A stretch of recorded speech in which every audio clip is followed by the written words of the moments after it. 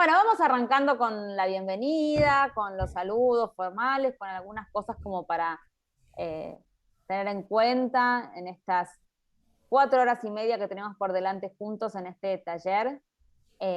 Así que arranquemos por ahí, ¿les parece? Les doy la bienvenida formalmente a esta jornada de actualización profesional 2021. Ya, bueno, ustedes son de los más nuevitos, de los chicos más nuevitos, pero ya han tenido estas jornadas. Tuvimos el año pasado también en formato virtual con Lance, y bueno, esta es una segunda entrega, otro tema nada que ver con el año pasado.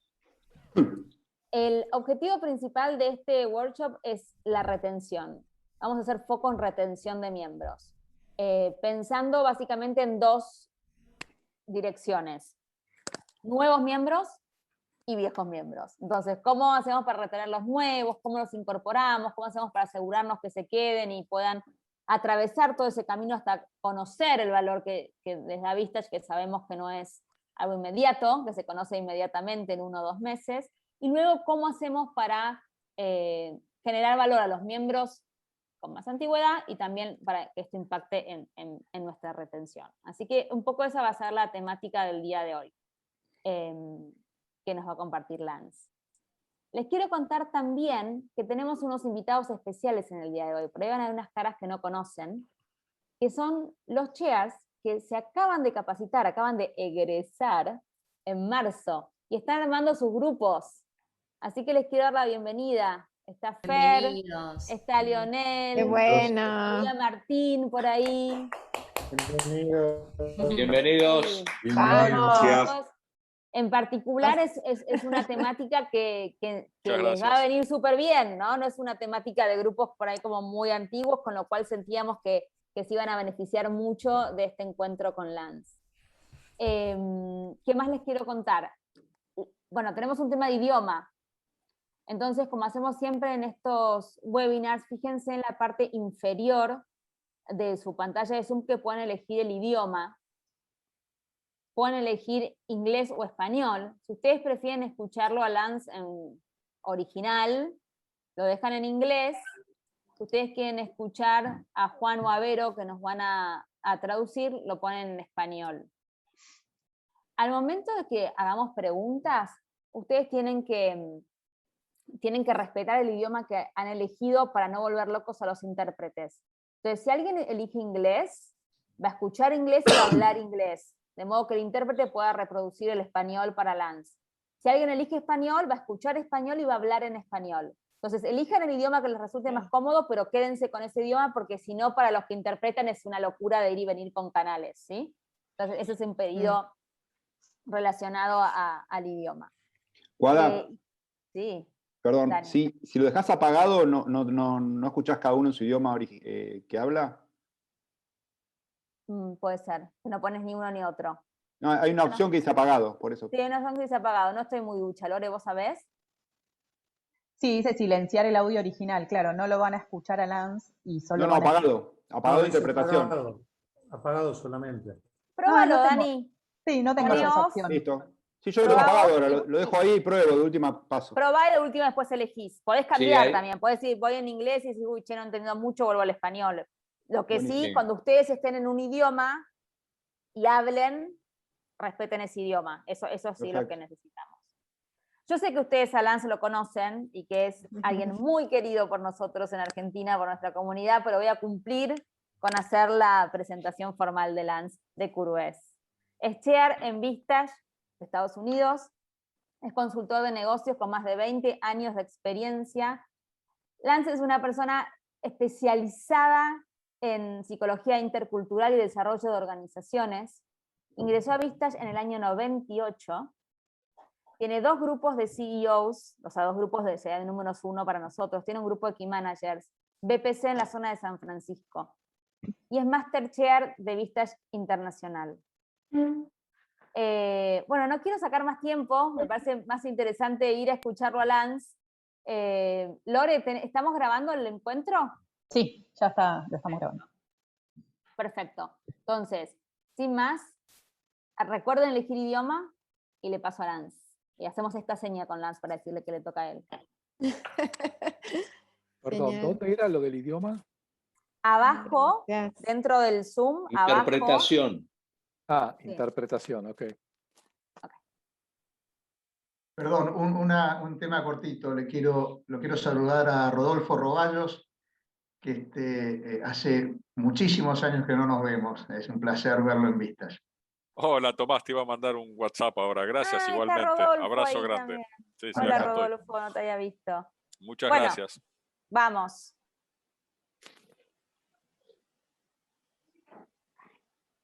Good morning. Buenos días.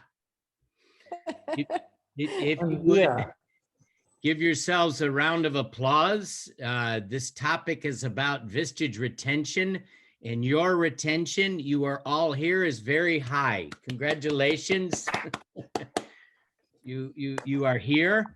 I like that you take a moment there to acknowledge Rodolfo.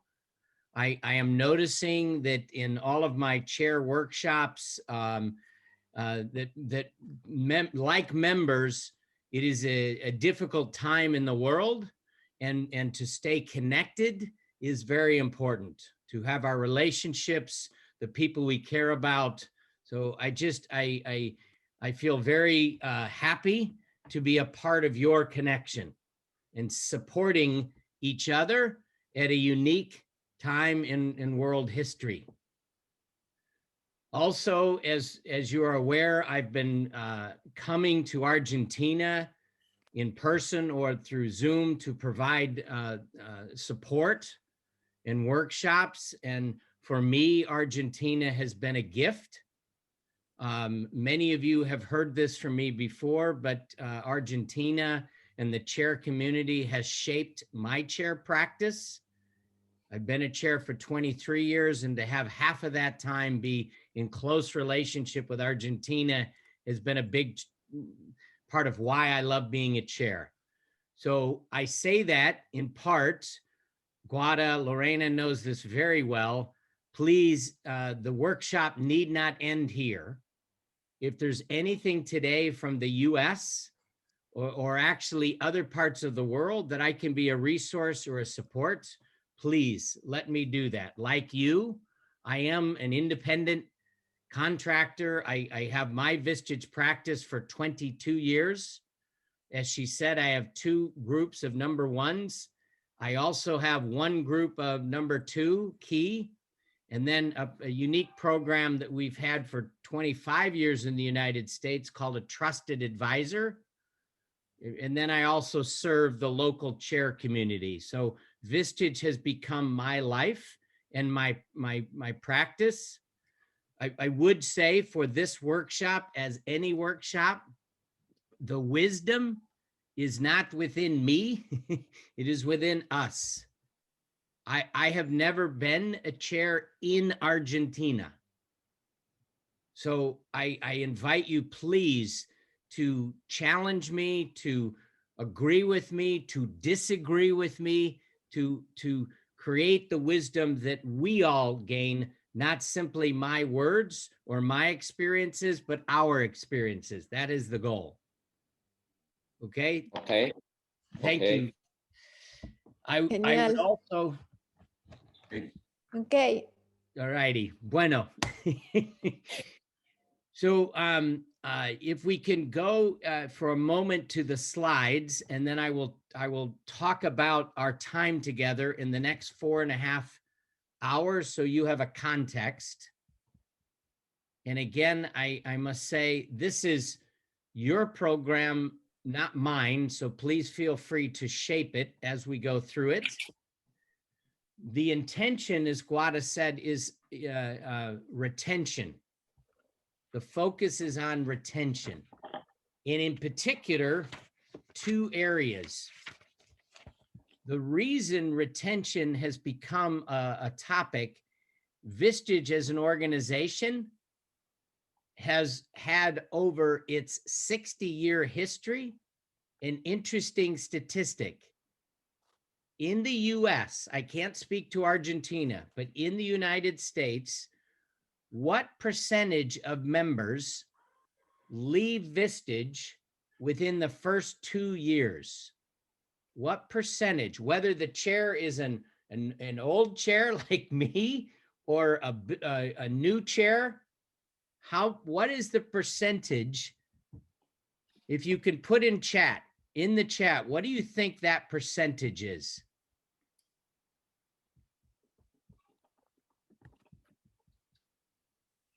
%20, 30%. What? Yes.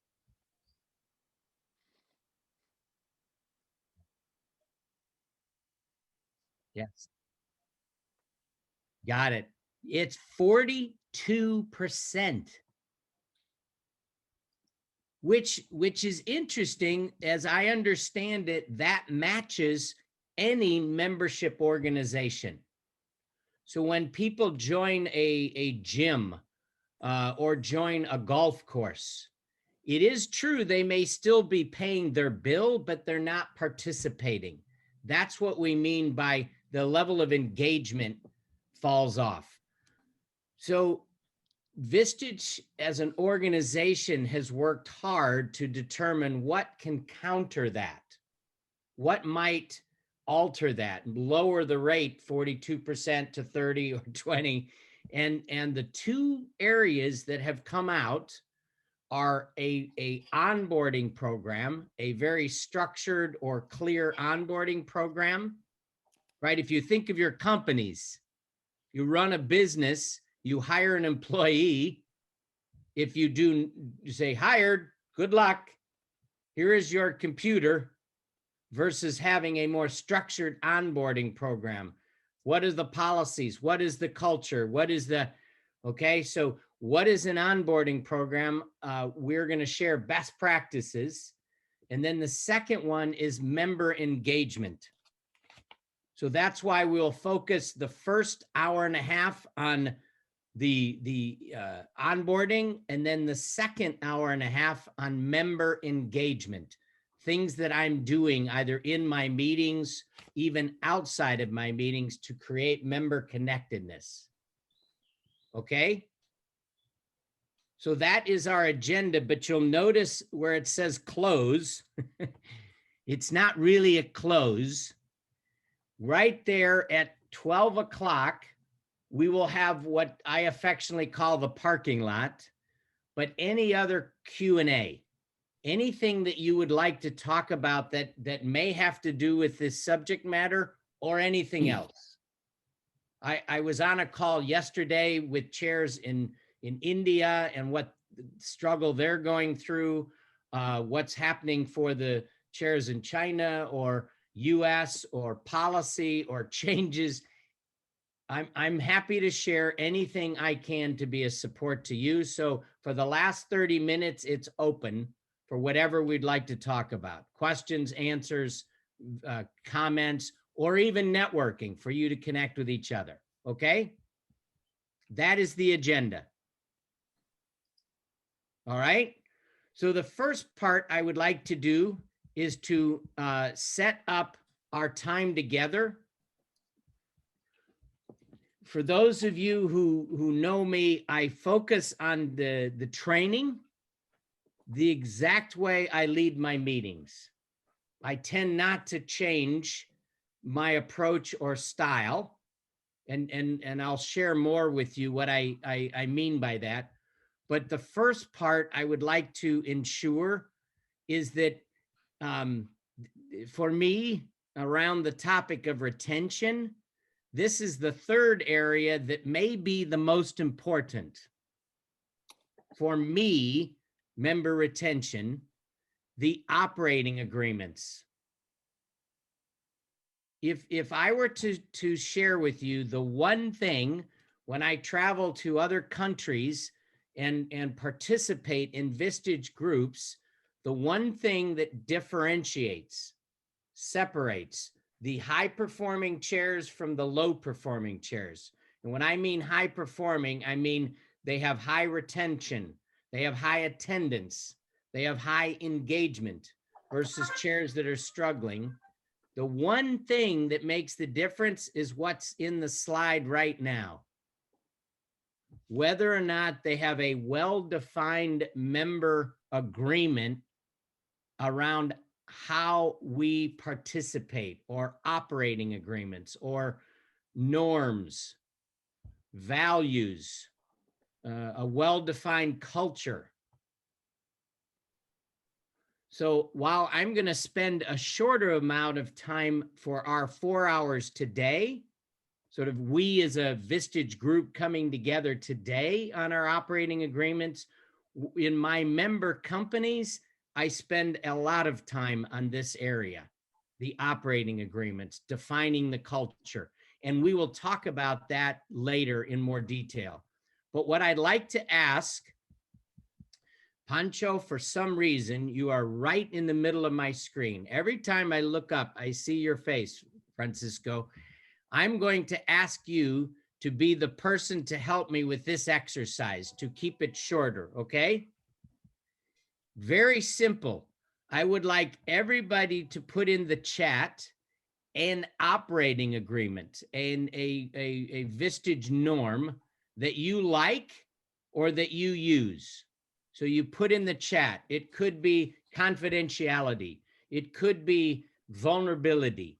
It could be respecting one another. It could be openness, listening.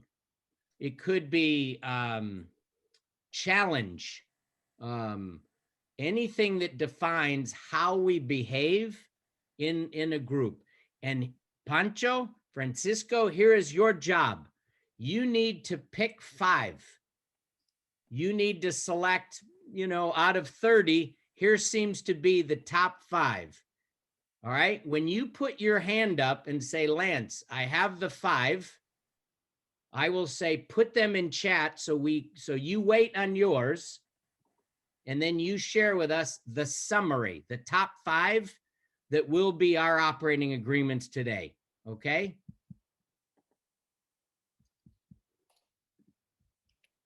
Perfect.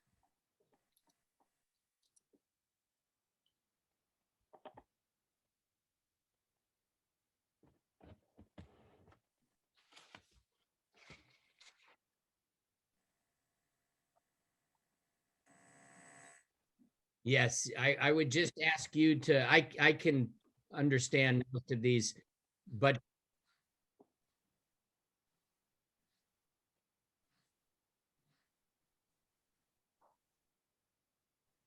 Ahora sí, lo que vi como más, look, Juan, you think más, for me. I like that. Como más importantes es el desafío respetuoso, mostrarse vulnerables, el tema del compromiso, ¿sí?, con los temas claves, con ayudar y con hacer, ejecutar lo que se trabaja en el grupo, y el tema de la confianza. Y el último, me pediste 5, el tema de accountability, ¿sí? De tener mediciones. Lo que no se mide no se puede gestionar. Y lo que no se gestiona no funciona.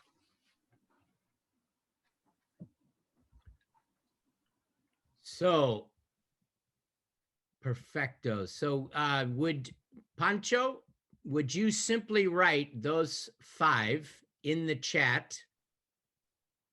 Because I will come back to them later. I will ask a question about those. So you simply write them. In Spanish is absolutely fine. But next to your name, I should see 5. Confrontation, commitment, engagement, helping, accountability.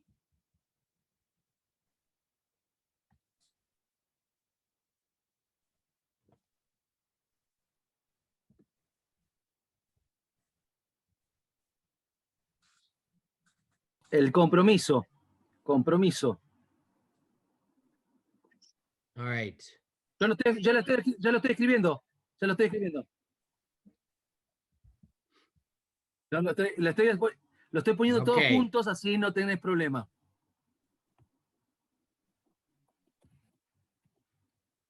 All right. And he's going to put them in the chat, yes?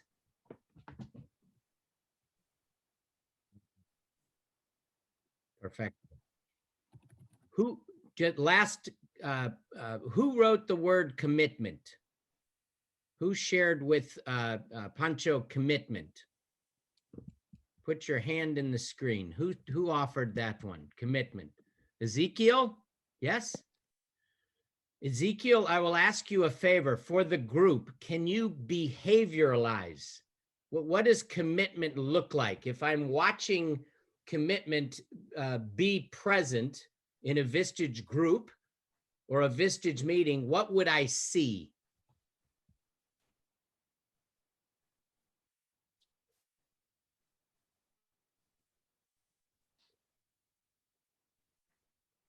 What are the behaviors? What would I see? Juan, are you helping?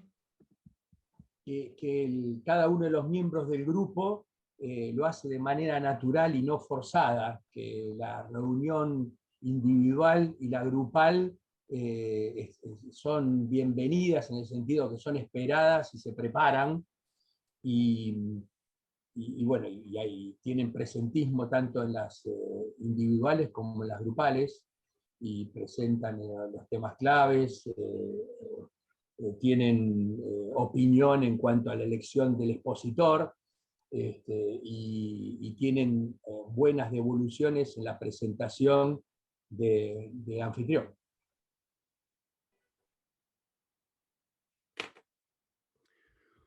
Everything you just said created a clear vision for me of what I call member engagement. If a member is engaged, they are participating with the speaker choice, with the bringing key issues, preparing for meetings, coming to the one-on-one. Everything you said, that is perfection. Thank you. Round of applause. So just briefly, many of you may be familiar and are using this. I just really encourage you. I'm not going to go through each of our top 5, but he just defined what I would hope we model today. Okay? In the interest of time, I'm not going to behavioralize carefrontation. I'm not going to behavioralize accountability. Most chairs understand these norms. We've all been through the training, but my experience is members are not so easily educated. So this exercise with all of my members, I create a very well-defined document of member engagement. Here are our norms, our operating agreements, but I don't leave it with a word. I leave it with a behavior. So what does it look like? Okay?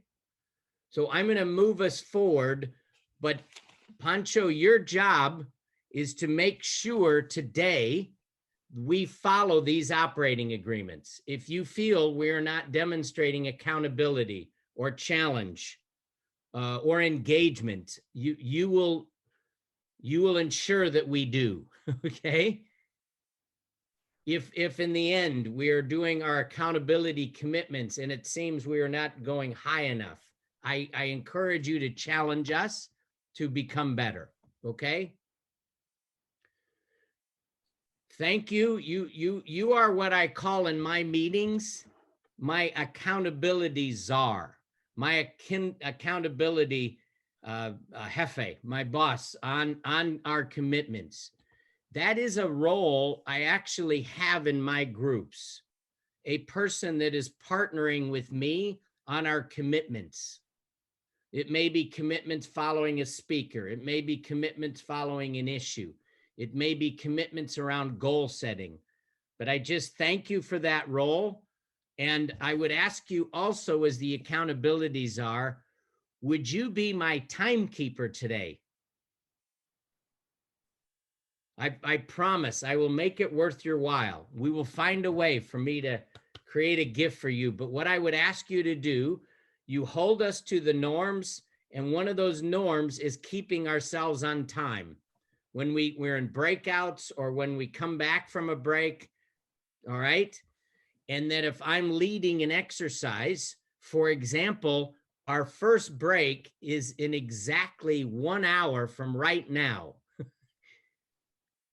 So we will take a break in at 9:30 my time.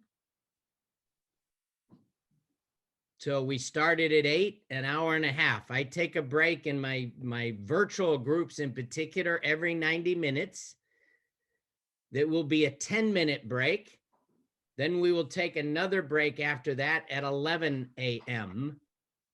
for 10 minutes, my time, finishing at 12:30, completely finito, okay? So I have 2 other roles that I would like to ask your help with. The second role is for an energizer. So, Pancho, because you've helped me so far, you can either pick the person to be the energizer, or they can put their hand up and you can pick them that way. So the next role is an energizer. And the energizer will be the person who will wake us up after our first break. So in roughly 1 hour, they should have a short 2-minute way to wake us up, keep us engaged in this long virtual environment.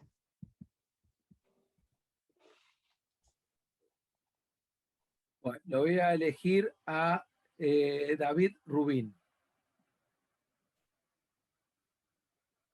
Perfecto, acá estoy. Gracias, Pancho. Si apago la cámara es porque a veces estoy almorzando, a veces, pero no es que me haya ausentado.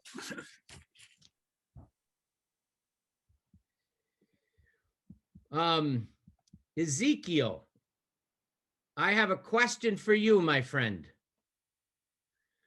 What is your policy? What is your operating agreement about turning screens on or off during a Vistage meeting? What is your, because you were defining commitment or engagement, what is your belief? Is that okay or not okay?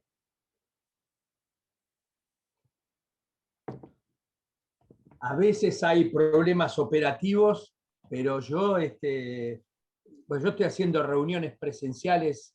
Por suerte, desde noviembre no hago virtuales, pero sí, que las cámaras estén prendidas. Es esencial. Perdón, David. No. ¿Tenés algún problema con los que almuerzan en cámara, digamos? Ese no es ningún... Almorcemos mientras trabajamos. Está todo bien. No problem. You can eat whenever you want. It wasn't my operating agreement, is Ezekiel's. So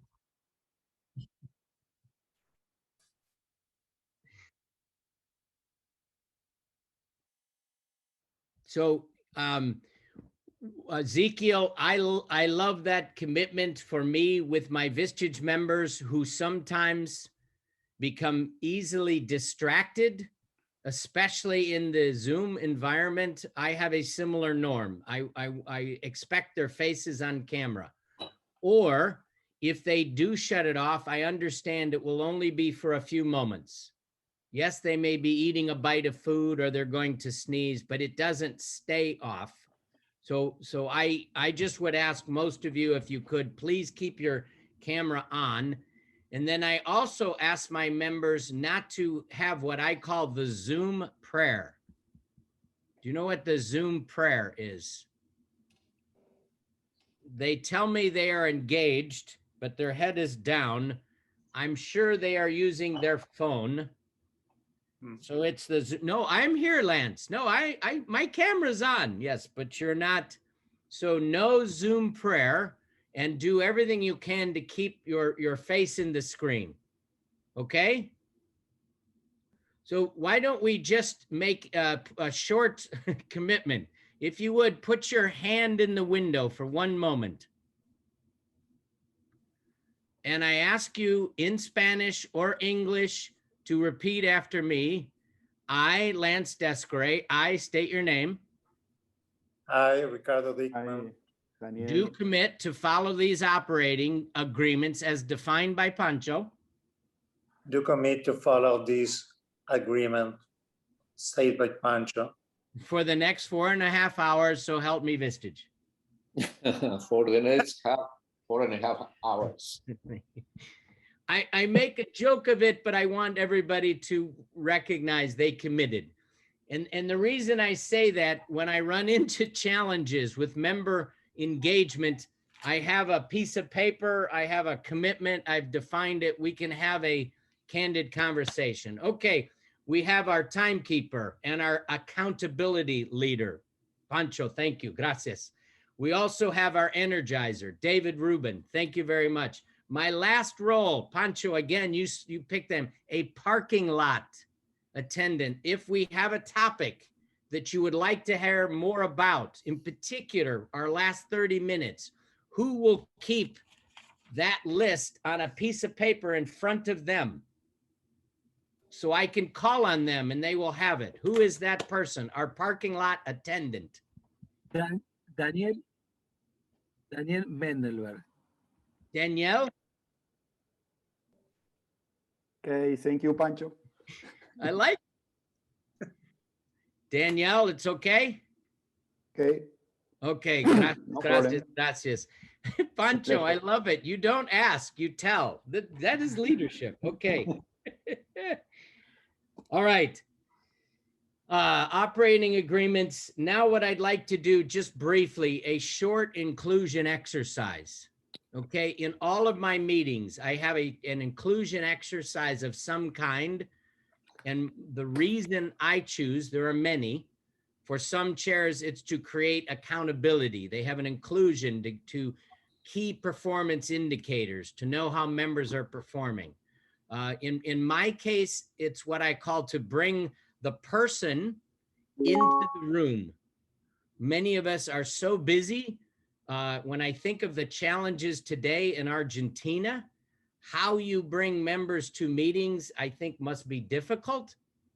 So when I bring them into a room, how do I have them stop thinking in what they were thinking about to think about our meeting? So I add an inclusion exercise. Guada, what I'd like to do for this one is I'm going to suggest to you what the exercise is. Then Guada is going to simply put you in groups of 3. In those groups of 3, you will all share. It will take less than 2 minutes each.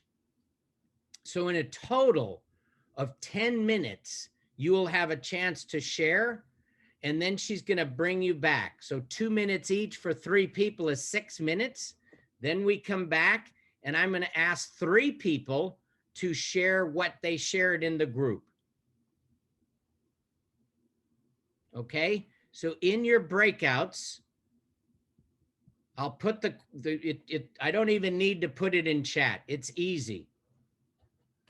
What for you is the area with retention you feel you are struggling the most?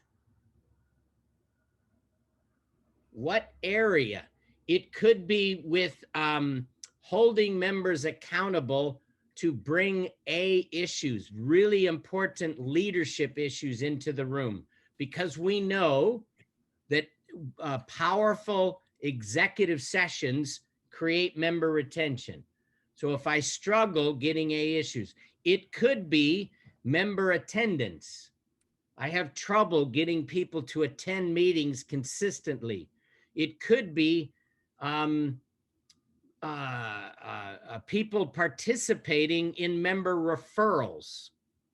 And what would that have to do with retention? Keeping the group full. So whatever way you define the challenge in terms of member retention, or said another way, it will be what you're hoping you might learn more about in this program.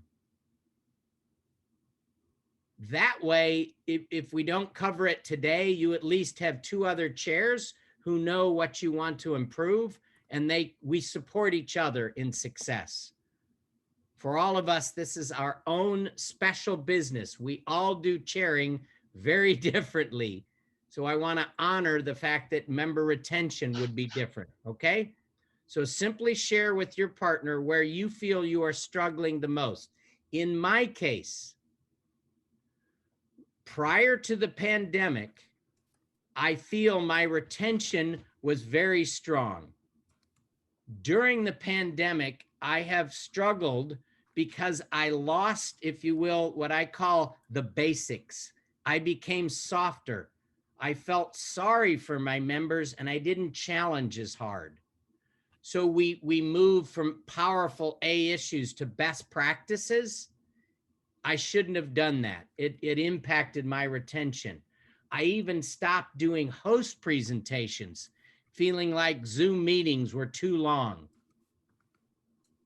That was a mistake. I needed to maintain what I would call are the core practices of a high-performing group. In November, I lost 3 members. All right. Yes, one of them was facing a very financial difficulty, but in my opinion, I softened my Vistage, if you will, basics is the word, the core part of Vistage. I softened it and it impacted my retention.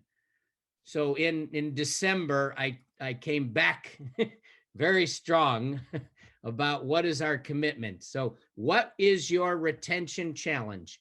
You have 10 minutes completely from now. I'm sorry, that will Guada will have you come back in 8 minutes. The whole exercise will take 10 minutes. Okay, I'll see you shortly. Yep, we are all back. Bueno. Ha, ha, ha, ha, ha. All right, thank you for sharing. Let me have 3 people put your hand in the window if you would be willing. As I shared my example, what 3 people shared something in your group, your struggle with retention, a challenge. Please, if you would, share it with the whole room. Roberto. Hernandez. Unmute.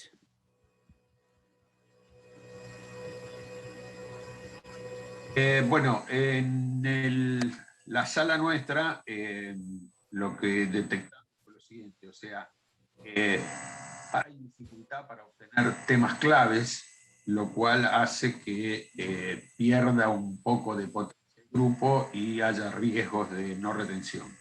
El otro tema es que la calidad de las reuniones entre presencial, virtual o mixtas es muy variable. O entre personal y virtual no, y las mixtas no son de buena calidad. Razón por la cual eso también potencialmente puede llegar a ser un problema de retención. Y el otro tema es que dentro de los que integramos las salas hay un grupo muy joven que nació en la virtualidad, un grupo de 8 meses, que es muy poco independiente, o sea, no tiene iniciativa propia. Funciona en la medida que el chair los presiona y los guía.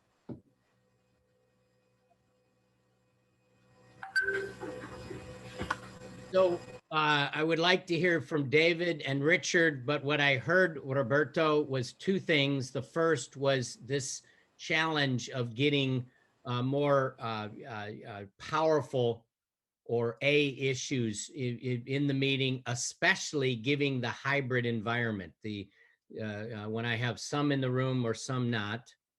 And then the second one I heard was this idea of sort of the chair having to do all the work to leading it, to really constantly be pressuring versus the more of a group taking responsibility. Did I hear that correctly? Sí, Lance, es eso. I know. Both of those things we will talk about further after the onboarding conversation. So in member engagement. Bueno, David.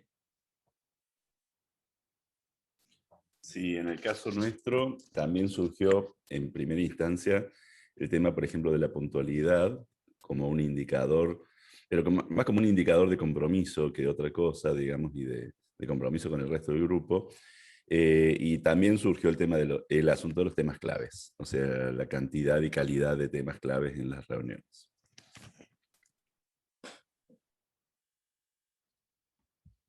David, perfect. I will also address that less on onboarding, although it's there, but more in member engagement. Perfect, perfect.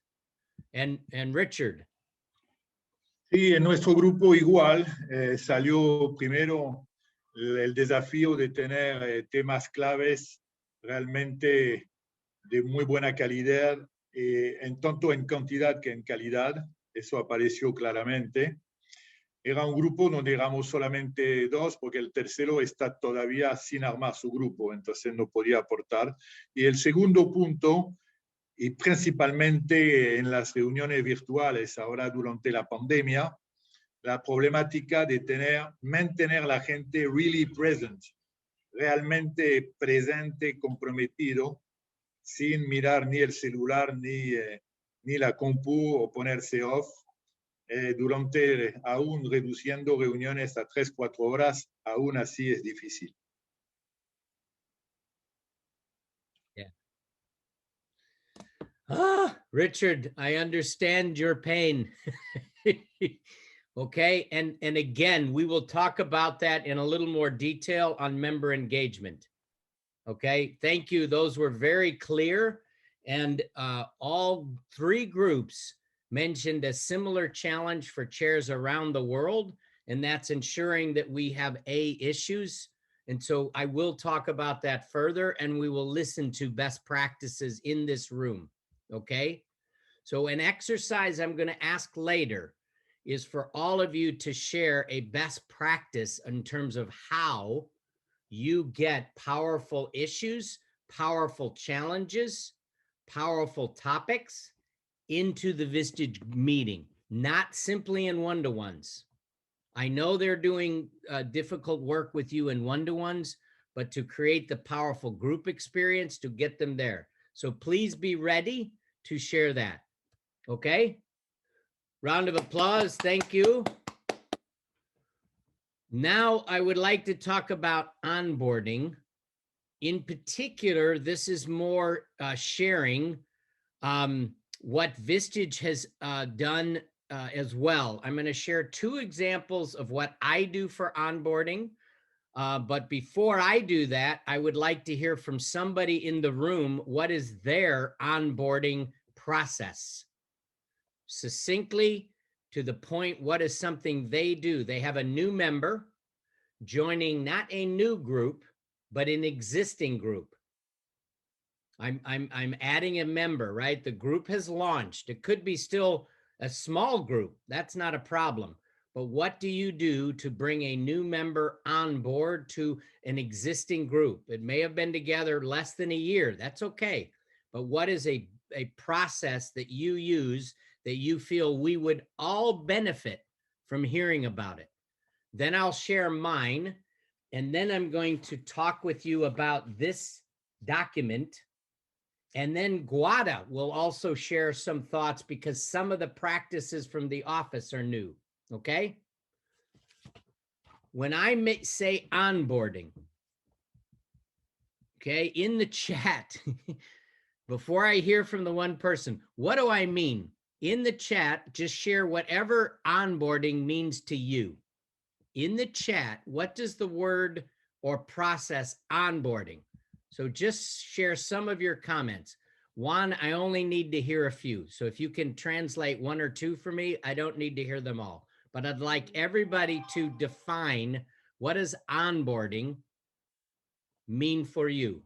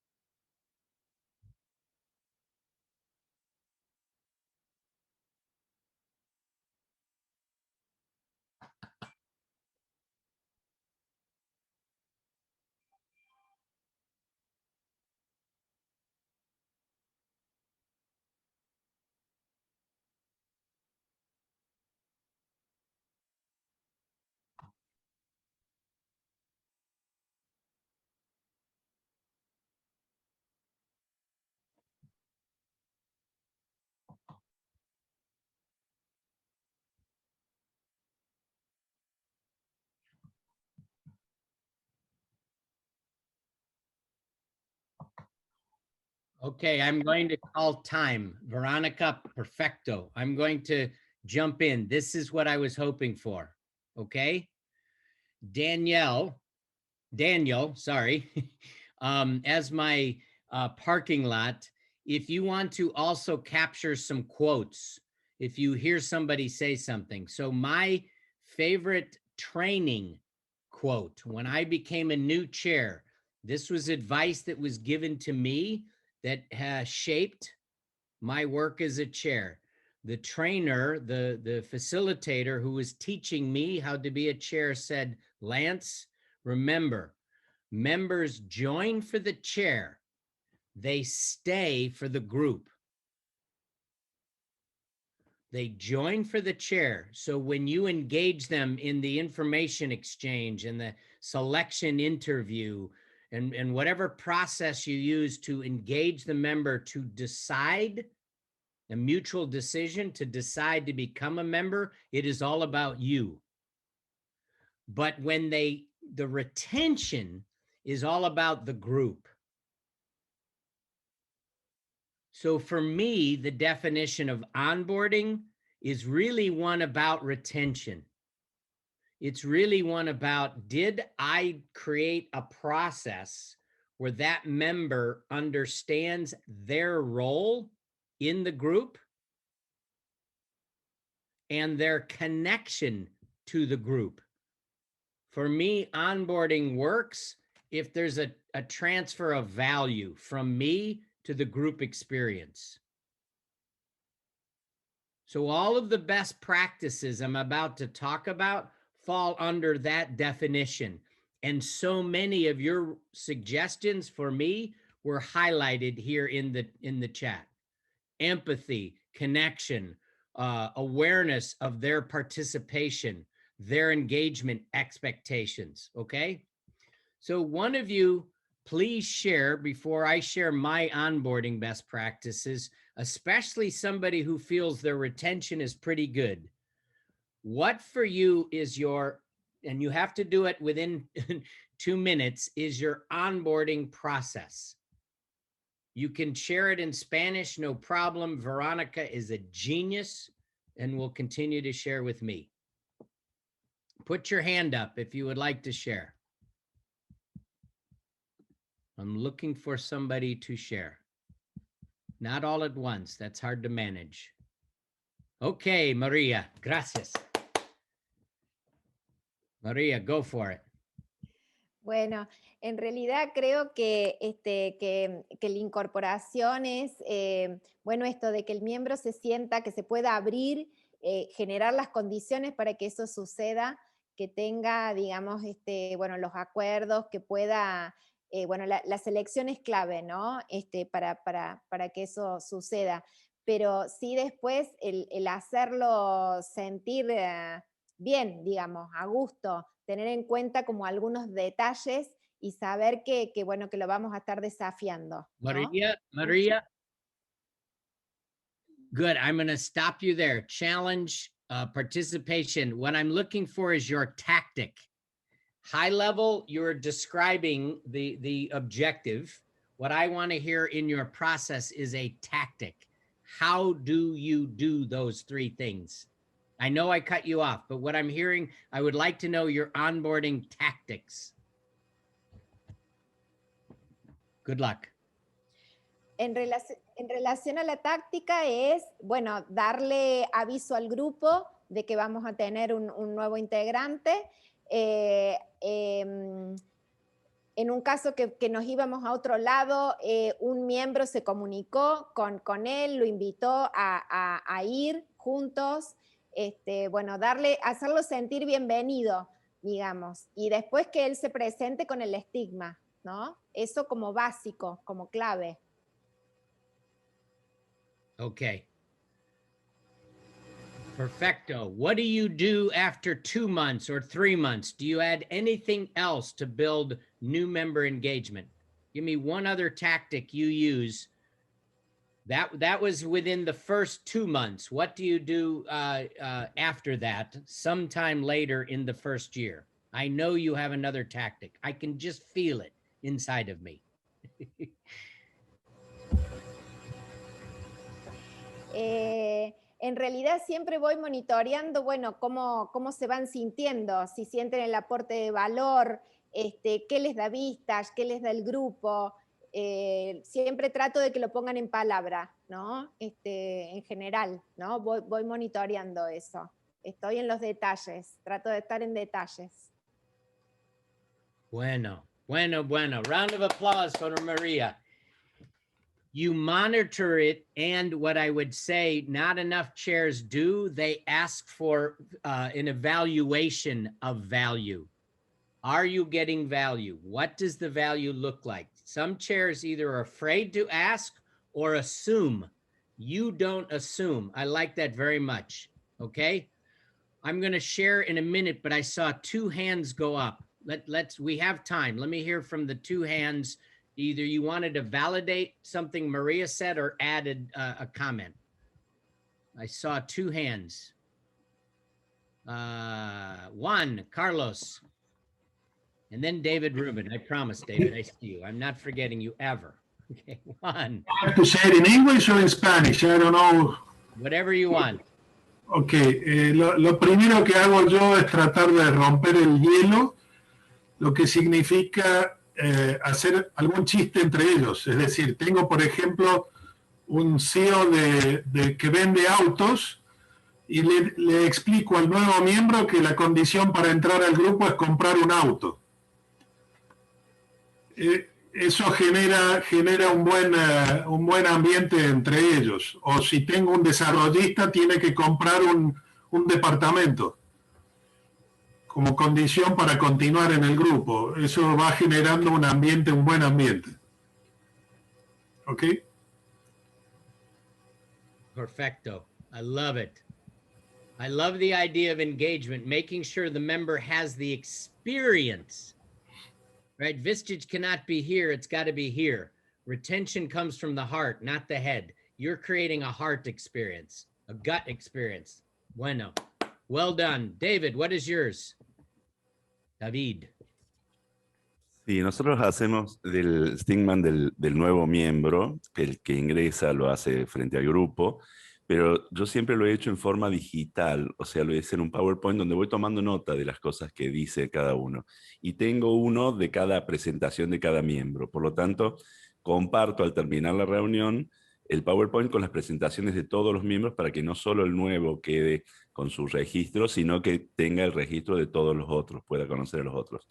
Eso ayuda. Y la otra cosa que hago sí o sí es que él evalúe la primera reunión a la que asiste. O sea, al terminar la reunión, el principal que hace la evaluación de la reunión es él. Perfecto, perfecto. Again, highlighting, defining the experience, defining value. Beautiful. Richard, last one.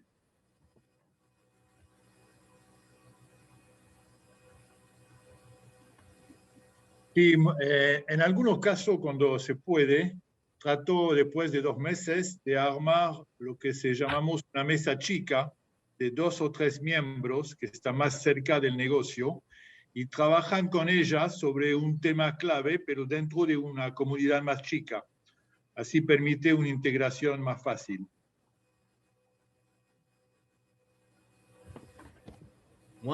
Richard, thank you.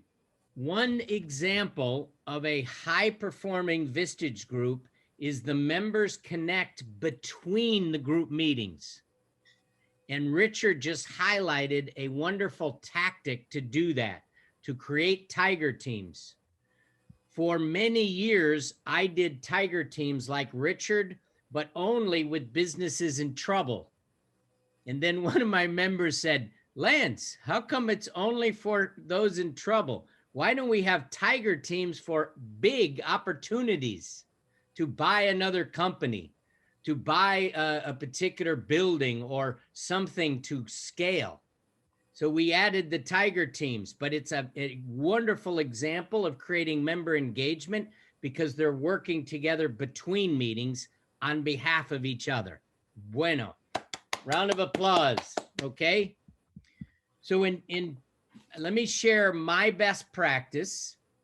Then I'm going to talk through a couple of the specific pages here and then Guada. So first for me, while I realized I wasn't necessarily struggling with member retention, it wasn't members leaving, I was struggling with members participating at the level I wanted them to. I found that members weren't necessarily bringing high topics or providing feedback. I would just say I was struggling with the level of member engagement. And I realized that I really didn't have a process or a tactical approach to defining that. I had been doing only the selection interview, getting clarity on member value, and then doing the talk a person. But I wasn't really defining what member engagement looked like. I also know that for me, I don't have a lot of executive assistant support. I'm doing most of it all by myself. So whatever processes I implement, they have to be simple. So in my case, I realized it would help if I defined for the new member their first 6 months of membership. Their first 6 months of membership. So what was I going to expect of them? One thing different every month. In the first month, as many of you shared, they had to do talk a person, and they also had to state very clearly their reason for joining Vistage. And that reason could not be to simply connect with other CEOs. It had to be a business. I even didn't want them to provide a personal one initially. They could do that later, but initially, I want to scale by 5%. I want to improve my executive team. I want to improve my margins. I want to improve my own company culture or retention. They had to have a business reason to be in the room, and the whole group has to know what that is. It has to be transparent and explicit. So I was always doing that in the first month. Then I realized having A issues was so important. I needed to make sure I was doing more of that. So I made an operating agreement that all members have to do 2 strategic A issues a year. It's simple for me to measure. So first month, a new member has to do talk a person. Second month, they have to work an A issue. In the third month, I would like them to host. So I will insert them into present their business. They will have a host presentation. In month 4, they have to have a lunch meeting with another member. They have to learn about that member's business the way I know their business. They have to have, if you will, it's like becoming a board member. So if Charlie is my member, new member, and Richard is my member, if Charlie's the new member, I would say, Charlie, I need you to get to know Richard's business almost as well as your own. Take him to lunch, ask him every question you can. Richard, you do the same thing. So by month 4, I know they have a deep relationship with at least one other member. I also have a buddy. So Charlie, your buddy might be Richard. And for the first 6 months of membership, the buddy is helping them with engagement. Let's say Charlie has a question about a story. Many groups that have been together for a long time have stories. They have history. They have traditions. They know that Walter's always funny, or Walter, you know, I want them to feel a part of it. So the buddy has to do the engagement. Okay. Month 1, talk a person, stick person. Month 2, work an A issue with the group, an important leadership topic. Month 3, host. Month 4, lunch with another member, engage with a number.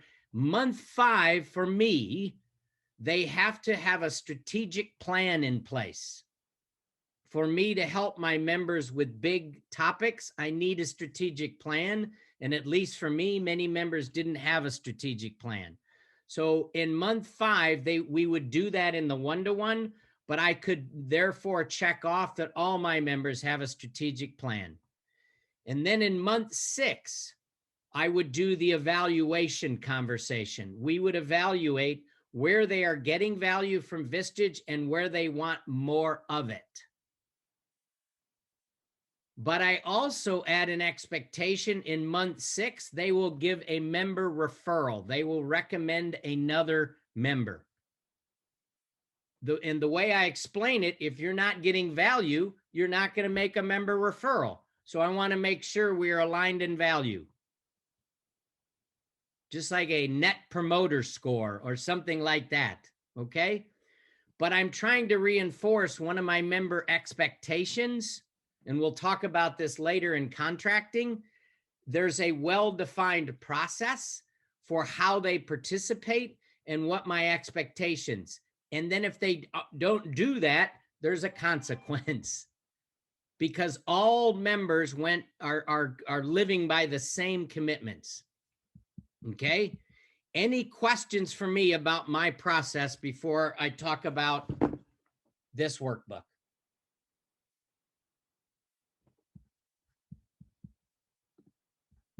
All right. Yes, one. Could we have a list of your strategic for the first 6 months? Absolutely. I can attach that separately. Okay. Okay, thanks. Thank you. So one quick thing, this workbook was created because we realized, because we are all independent contractors and because we all have our own businesses, some have onboarding, some do not. Some have learned onboarding from other chairs, some have not. So Vistage did an exhaustive, mostly in the US, I'll acknowledge that, interview with chairs who had high retention. And yes, they learned almost to a person, they had an onboarding process. So they asked them to share. I was one of the people, so my first 6 months of membership made its way into this handbook one way or another. So this is a compilation of best practices. I would highlight one thing. It incorporates not just the chair and not just the member, but the headquarters. So it highlights what the office is going to do, what the chair is going to do, and what the member will do. The good news is it's very, very comprehensive. The bad news is it's very, very comprehensive. Okay. I have introduced this to many chairs. They're like, oh my gosh, Lance, you do all of that? No, relax. It is it's every best practice. Please give yourself permission after this workshop to spend at least 30 minutes, look at every page and create a process if you don't already have one, or enhance what you do have. It's simply something you can be consistent with. My biggest learning of member retention is consistency. I have to repeat it. If I did it once and don't do it again, that's where I am in a problem. Okay, I had a new member yesterday who was confused because I wasn't consistent. It was like, I'm teaching it again tomorrow. I must be. All right, so let me ask you to put your hand up. Most of you had a chance to look through this, yes? Put your hand up if you did.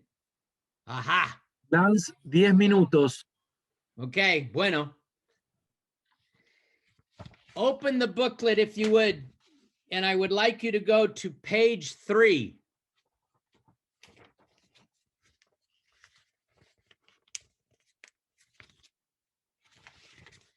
On page 3, my assuming everyone has this handout in front of them. I hope you do.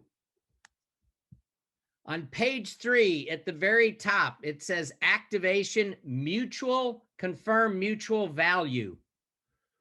One of the best practices in the selection interview, if you are signing members for loose reasons or specific reasons, you should have specific.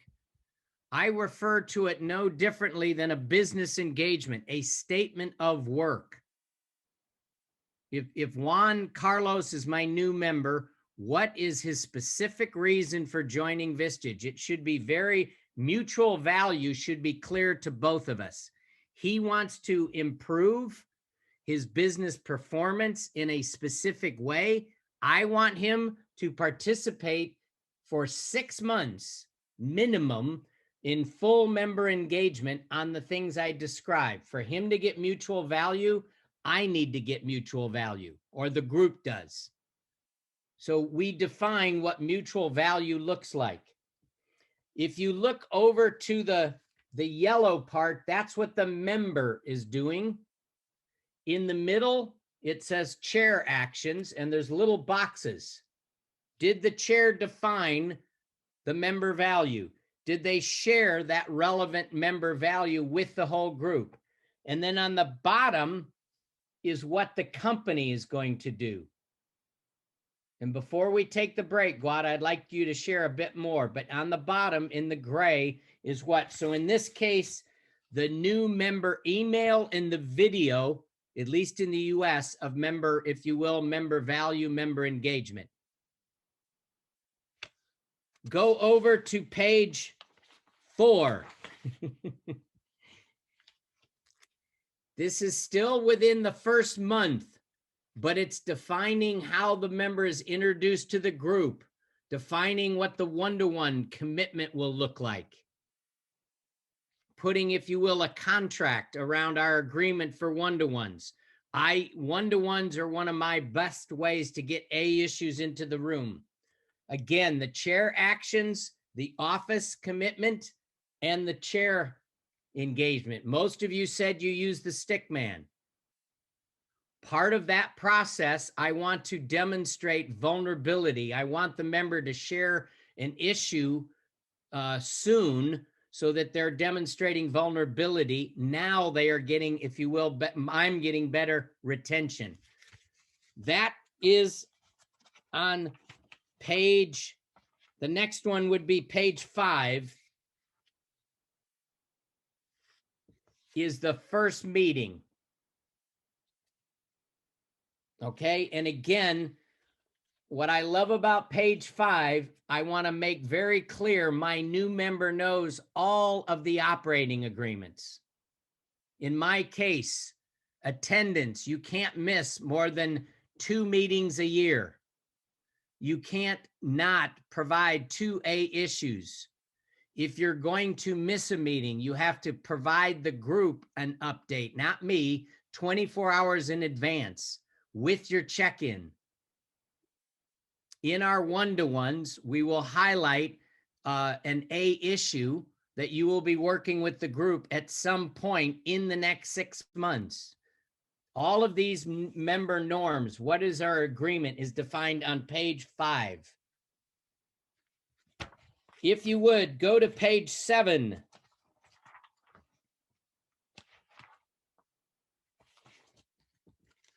It talks about, as I said, by month number 3, I want to make sure all of my new members are working A issues. As I said, we'll talk more about that after the break. Go to page 10.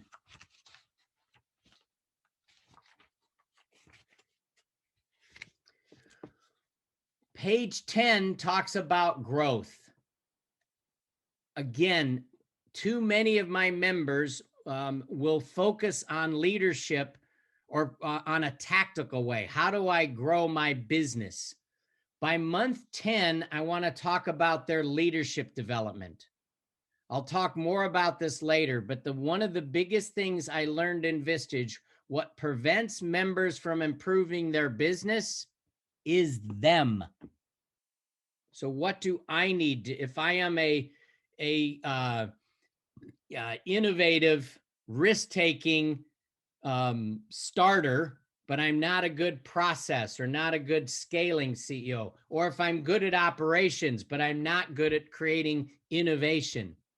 If I'm good at collaboration, but I'm not good at accountability, where is my leadership development? So I find that takes a number of months, but within the first year, I want to define for the member, what is their leadership development? If they're really going to grow, what does that look like as a leader, and that we get alignment by month 10. Last one I want to share with you is page 16.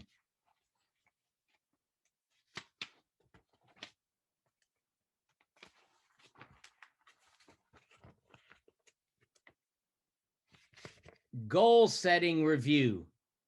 At least for my members, I have a formal goal setting process. And by the end of the first year, I want to make very clear that they not only know how to use Vistage in all of its form within a year, but connect that with their goals. So if I want to grow in another country, if I want to create a relationship personally, to join the networking groups, I connect, making sure within the first year they understand the whole Vistage value, not just my group. So within 12 months, I've defined all of the value. Okay? Guada, before our break, would you please share some of the things that have been implemented and you want to make sure we are aware of? Yes, thank you. Specific to Argentina. Sí, perfecto. Gracias, Lance. Lore les mandó el material antes del encuentro de hoy. Y hay dos documentos principalmente interesantes para que vean. Uno es la guía de incorporación de nuevos miembros. Y ahí hay una cantidad de información y hay un montón de mejores prácticas. Ese documento es un poco más antiguo del que Lance está hablando ahora. Sin embargo, tiene mucha información valiosa. Los dos documentos están totalmente actualizados y customizados a nuestra realidad. Entonces no van a tener algún ejercicio que no hacemos o no van a tener algo que diga que la oficina hace una cosa que no hacemos. Está actualizado lo que nosotros hacemos. Y este segundo documento que Lance les compartía recién, que es este manual tipo un workbook, y que ustedes pueden capaz tener uno por miembro y escribir y podrían usarlo o no. Vieron que hace poquito, muy poquito, Mariana lanzó esta nueva herramienta o esta nueva facilidad que estamos teniendo, que es el seguimiento de los nuevos miembros, seguimiento de los primeros 24 meses.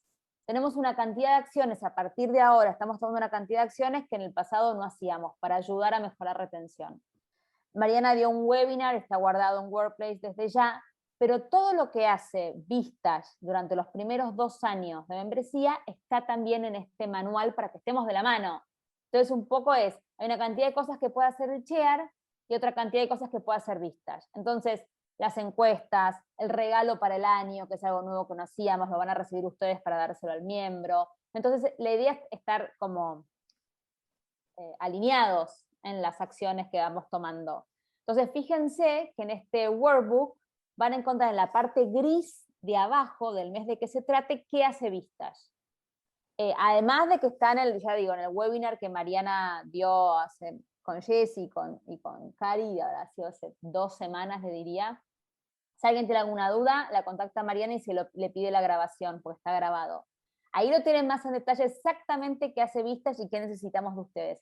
En este documento es más orientado a lo que el chair puede hacer con referencia a lo que Vistage hace ese preciso mes, de modo de no pisarnos, de estar de la mano, de que ustedes estén enterados, bueno, en fin. Así que eso es principalmente lo que les quería decir. Revisen estos 2 documentos. El anterior, que se llama Guía de Incorporación, tiene un montón de información también que se puede hacer mes por mes, y como dijo Lance, no es para que hagan todo, porque hay cosas que les van a resonar y cosas que no les van a resonar, que no hacen sentido para ustedes, que no se sienten cómodos, y otras que sí, y otras que por ahí hacen ustedes y no están incluidas acá, y si ese fuera el caso, agradecidísimos de que nos compartan, porque enriquecemos el documento para el resto. Y pueden armar su propia forma de hacer onboarding e incorporar nuevos miembros. Acá hay una cantidad de ideas, y hay una cantidad de cosas que Vistage empezó a hacer desde este mes. Y está incluido en este último documento que se llama Manual de Incorporación.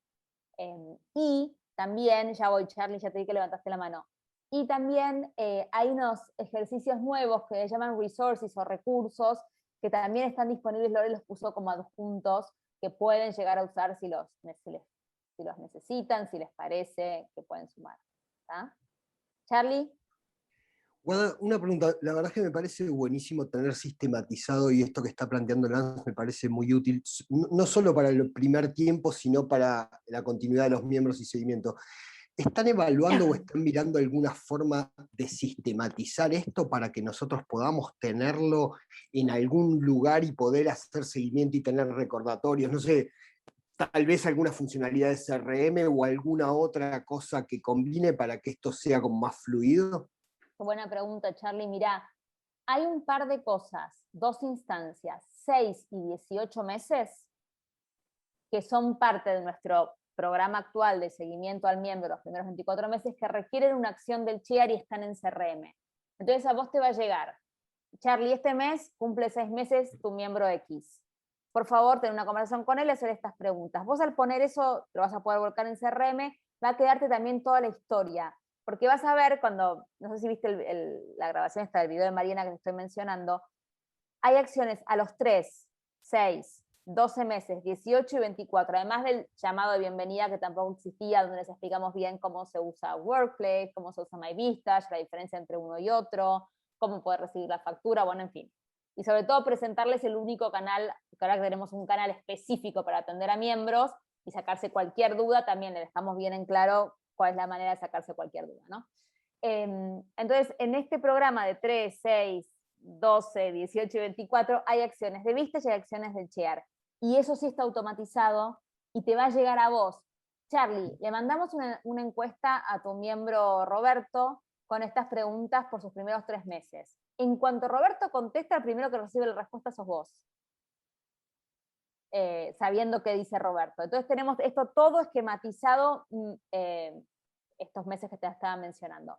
Respecto de este workbook que menciona Lance y las actividades de ahí, como son entre comillas como opcionales, hay tantas opciones de cosas y son sugerencias, que vos agarras una y otra no. Si todo eso lo automatizamos, que se puede, pero por ahí los voy a llenar de información y por ahí vos decís, no, este ejercicio yo no lo voy a hacer, o bueno, en fin, lo que te, ¿no? Entonces hay algunas cosas que ya están en sistema y vas a recibir constantemente y vas a estar informado, y otras que es más una batería de herramientas para que vos selecciones y crees tu propia forma de acompañar al miembro estos 24 meses. ¿Está? Me dijeron que te da el tiempo, pero no te quería interrumpir. Estamos en tiempo. Estamos en tiempo, es hora de break. 10 minutes.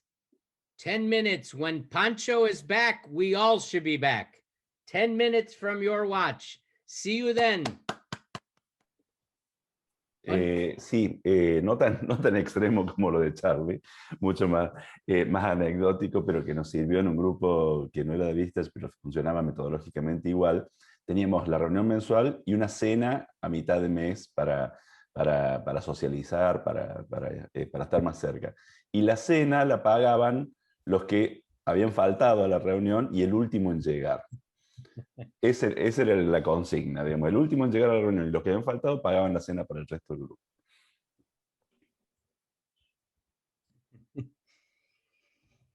The thing, a round of applause. Thank you. Again, all I'm trying to create is that the chair does the job of leading. So there needs to be some consequence. It could be compensation. It could be a feedback. An exercise I do every year with the group is group feedback. So I will ask everybody to evaluate every other member. First, as a CEO, what's one thing they're doing well as a CEO, and what's one thing you think they could do better?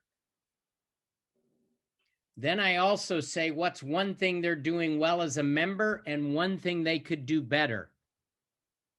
And if they're struggling with attendance or they're struggling with participation, they're getting that feedback from the group. The quote I like to live by is, you as the leader stand, it sort of is to say, you believe in what you tolerate. So if I tolerate poor member engagement, then that means I believe in it. So I will talk with my members about what are we tolerating as a group.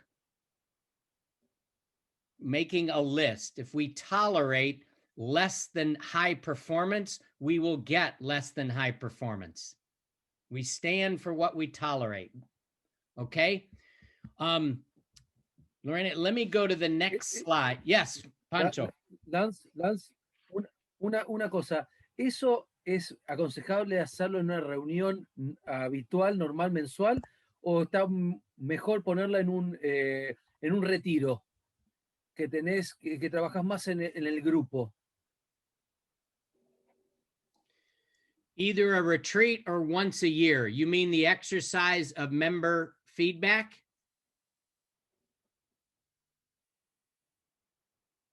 Pancho, your question again? Yes, once a year, either in a meeting or like you said, that's wonderful for a retreat. Especially if I'm doing a spousal retreat.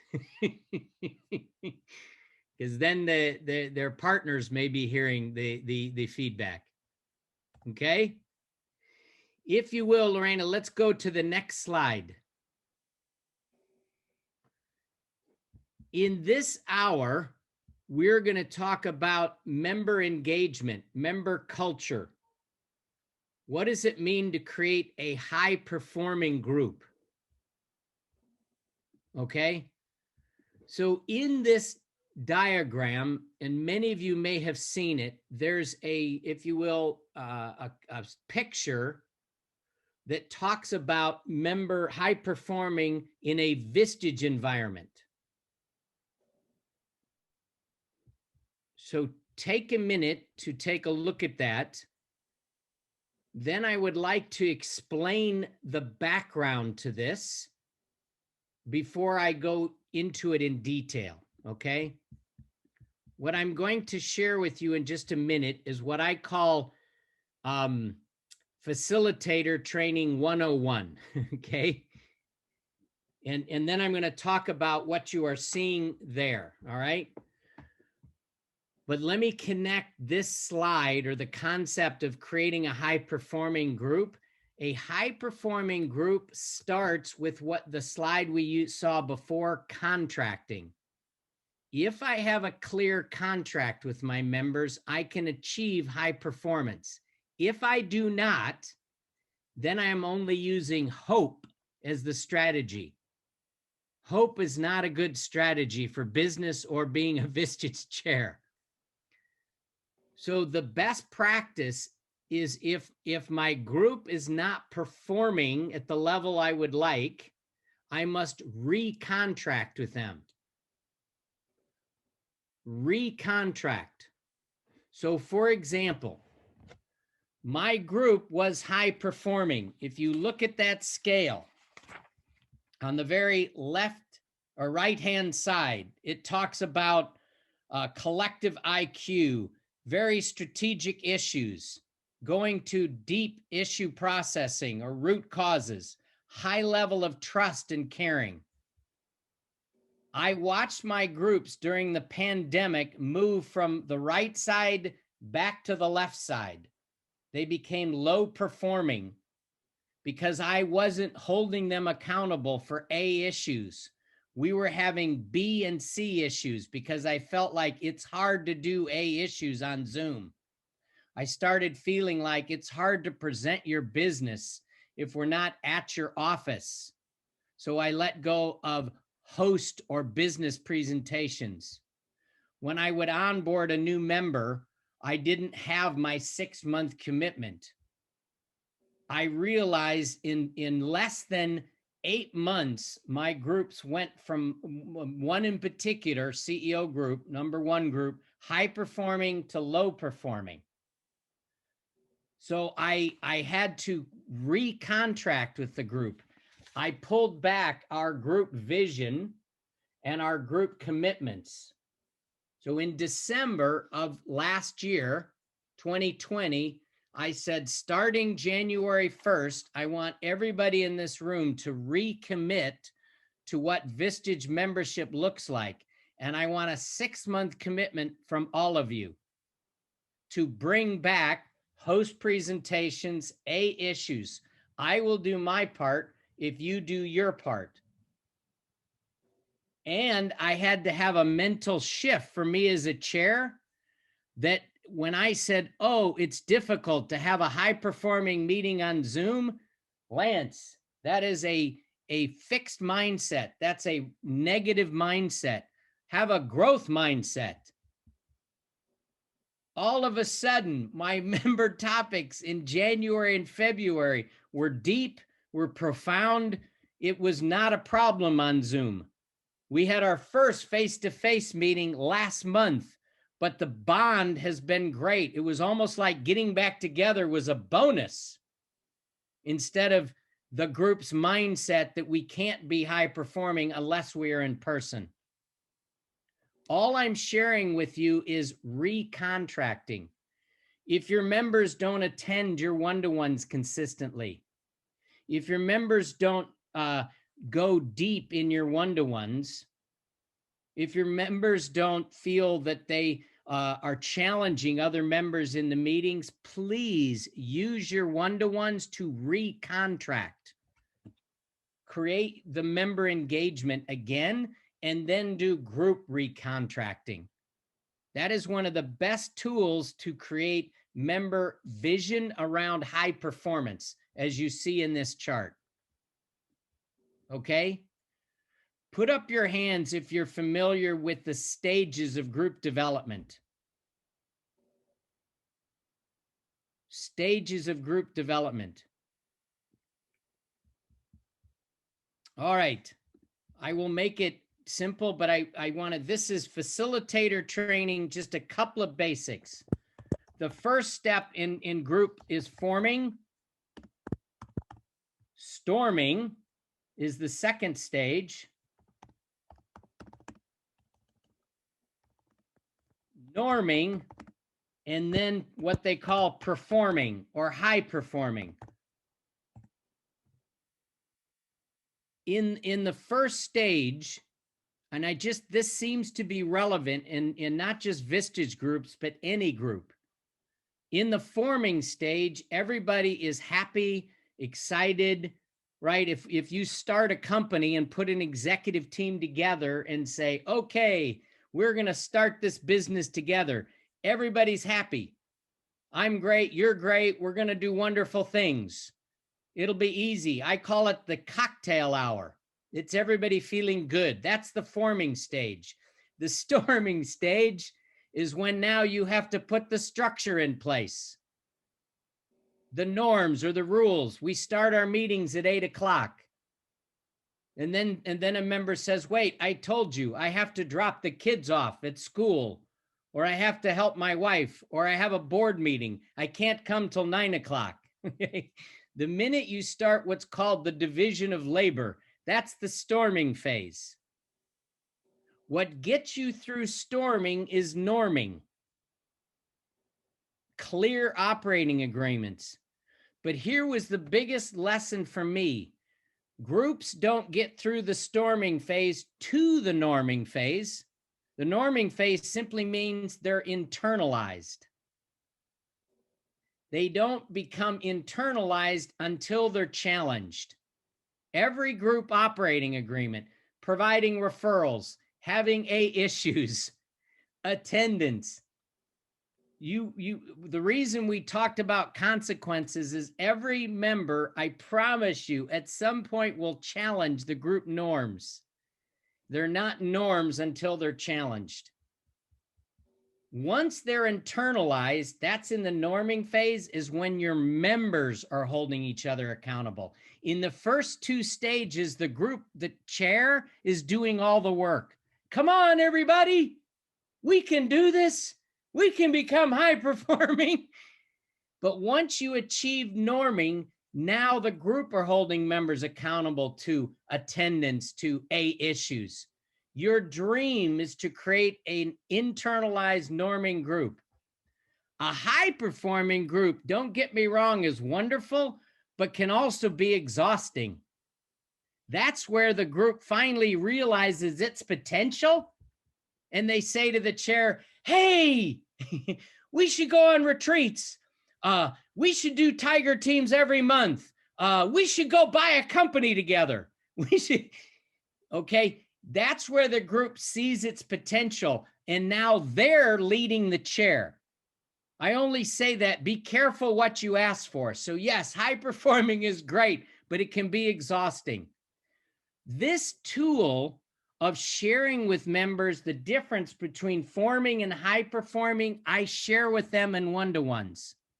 Members won't understand it unless I make it visible for them. That's what I tell them is what I want. I want a high performing group. I want you all to have an experience you can't get anywhere else. But that won't happen unless we're working A issues. Okay? Who knows the 4 roles of a facilitator or leader? 4 roles. There are 4 things you do at every meeting. It's called Facilitator Training 101. Who can give me the 4?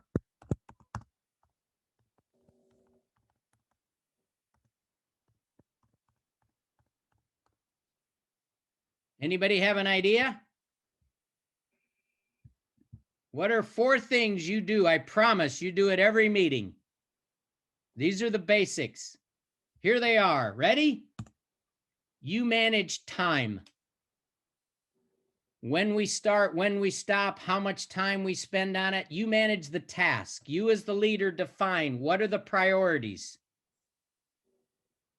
How much time do I have people vote on the topic? Do I pick the topics myself? What's the difference between an A issue and a B or C issue?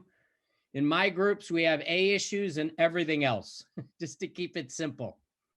Process, how we work an issue. Am I following the hourglass? Am I using another technique, the box process or breakouts? But here's the most important one, safety. Your job is to create a sacred environment where it's safe for members to be vulnerable. I don't know about you, but I've had members who are very vocal. They have a deep voice like David's and will say, if a member brings up a topic and say, why did you bring that up? That's a stupid issue. I think you should have something more important to talk about. If I don't step in, if I don't maintain safety, people can feel like they're abused.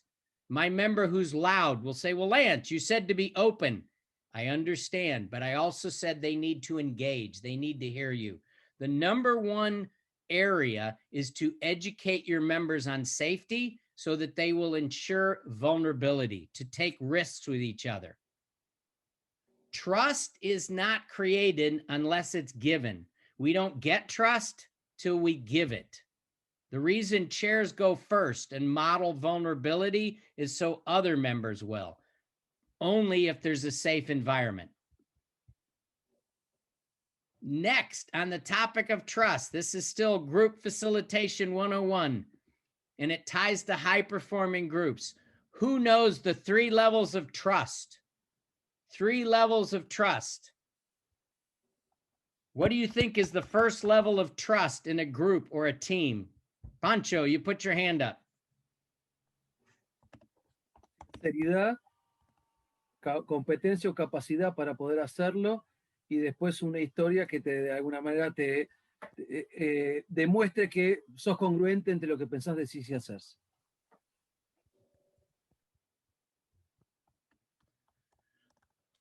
Okay, you're absolutely right.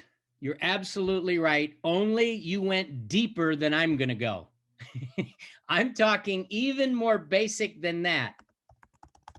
Let me show you what I mean, but you are absolutely right. In what you're talking about, we're going to describe what I call level 2 and level 3.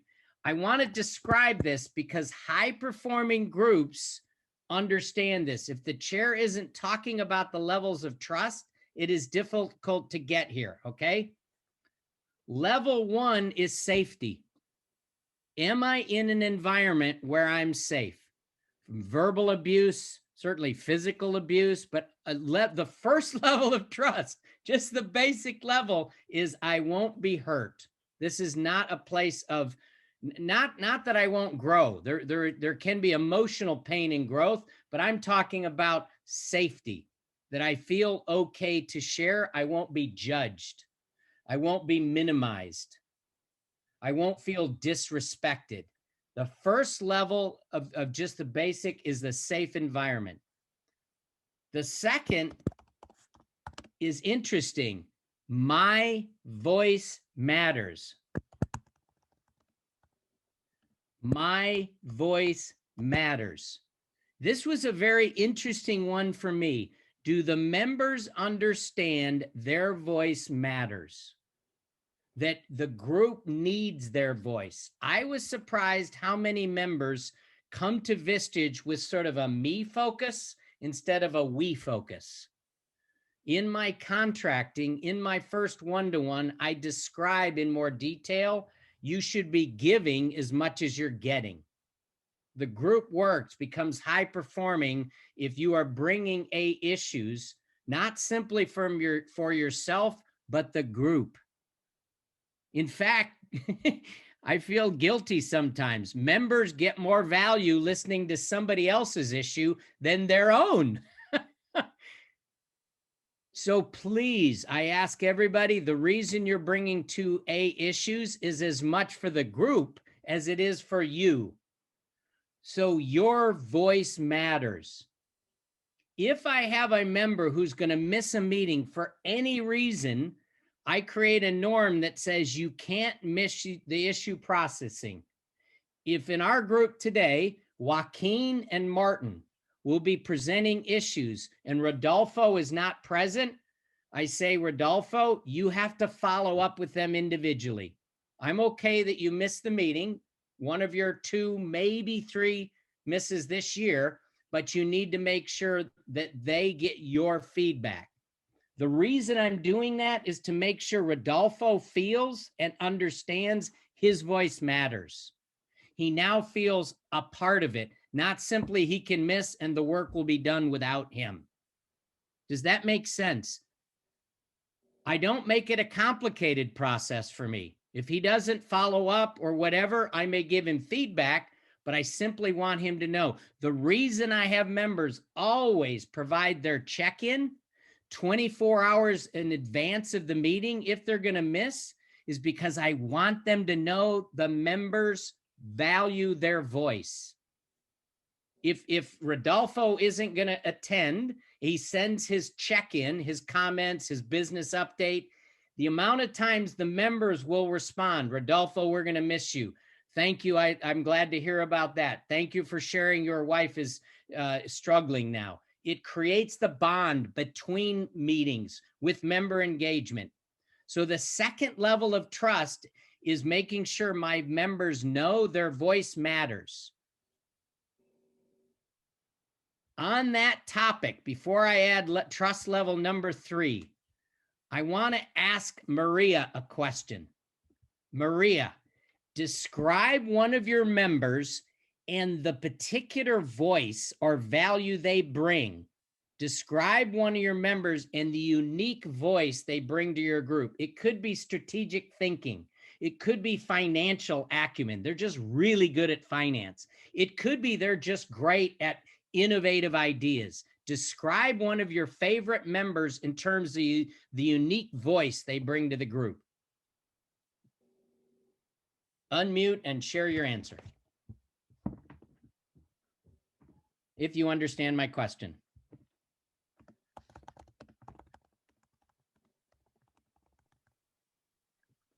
Entiendo la pregunta desde el lado de esta característica específica o aporte de valor de un miembro al grupo, ¿verdad?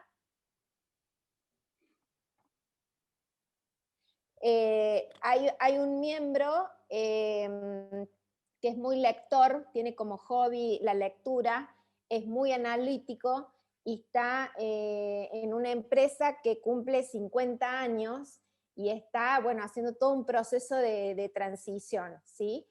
Y en relación a eso le aporta al grupo una mirada como muy reflexiva, muy profunda, muy emocional, y eso me ha ayudado a calar hondo en algunos miembros que venían con algunos temas como más superficiales, y eso está impactando muy positivamente en el grupo. Beautiful. Does your member know you think that about them?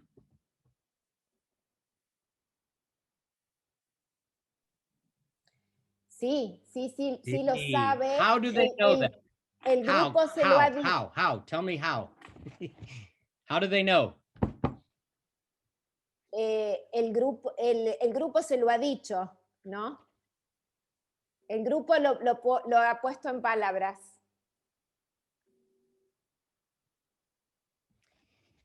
Here's what I'm describing.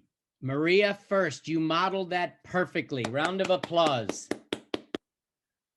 It sounds strange, but at least for me, I have been amazed. Almost every one of my members will say to me, almost all of them at some point, Lance, I'm not sure I belong in this group. My business is too big. My business is too small. I am not smart enough. I'm not fast enough. I don't make decisions. And I realized human beings struggle to know, do they belong? Do they belong? Where do I belong?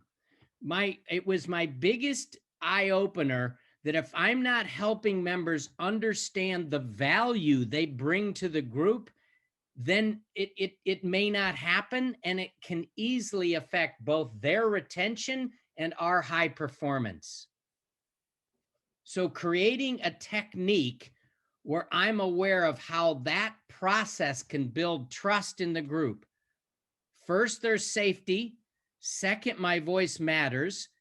And in the example of people like I said, Rodolfo, who's not attending right now, their voice matters even when they're not there. As Maria highlighted, like if that member isn't at the meeting and another member will go, well, Maria, are they going to attend because I'm bringing up their topic and I want their voice there?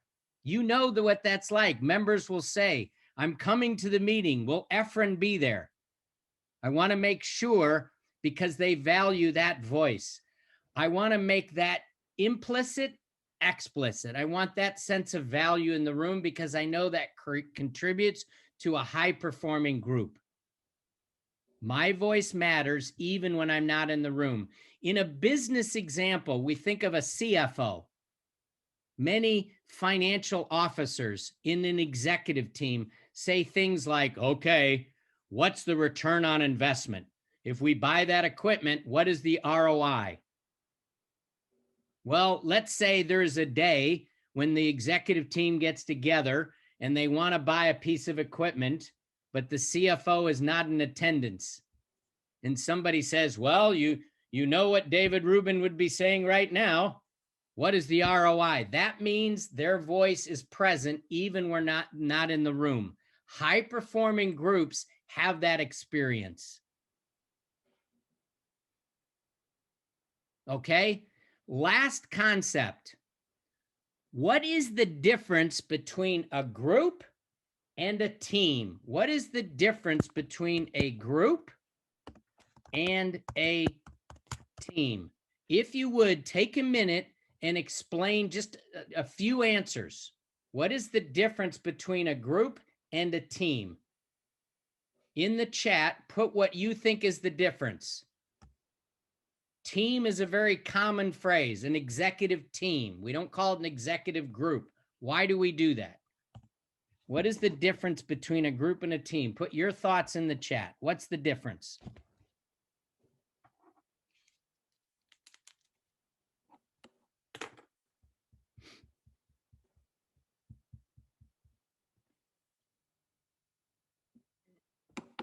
And Juan, if you don't mind just sharing a few of these.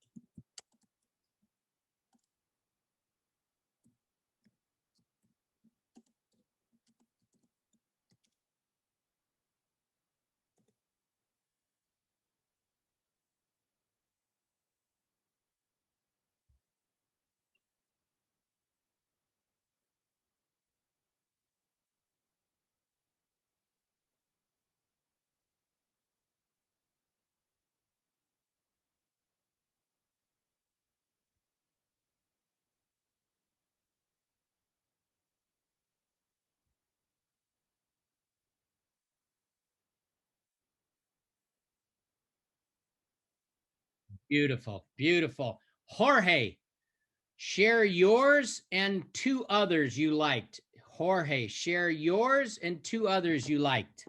The difference between a group and a team. Ok, me gusta mucho lo que dijo, se me fue para arriba, un momento. Lo que dijo Richard, lo puso muy claro. Group is a sharing a space, team is sharing a purpose. Eso me parece muy claro. También Sabrina dijo más o menos lo mismo. Tomás también es una novedad, sería el segundo. Y Jorge Sáenz dijo compartir una visión. Son mis 3 puntos. Bueno, round of applause. Okay, Jorge, that assumes you, my friend, have a group vision or a team vision for your Vistage group. No pressure. What is your vision? Would you mind sharing with us your particular number 1 group? What is the vision you have for your group? Yo creo que tengo un grupo, no un team, y eso se los digo a ellos. Ustedes tienen una participación como grupo. Acá no hay un objetivo común que el grupo tenga que conseguir. Cada uno tiene sus propios objetivos que se comparten en el grupo en tanto que grupo.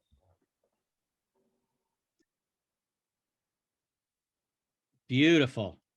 Let me draw out something he said in an analogy. Please know that what you are trying to do, if you want a high-performing group, is to move from a group to a team. In the forming and storming stage of a group, as you see on that slide we looked at earlier, they're behaving as a group, individual interests, deciding if they want to participate for their own needs, right? We call it a seminar club. Well, if the speaker sounds interesting, then I'll come to the meeting. If they are a team, their commitment is to the vision, a shared vision, a shared commitment to strength and growth. The analogy I sometimes use, a group is like a swim team or maybe a golf team, that it's really individual behavior. And yes, I may stand on the sidelines and say to that swimmer or golfer, practice more, you're on my team. There may be a collective score, but it's only individual.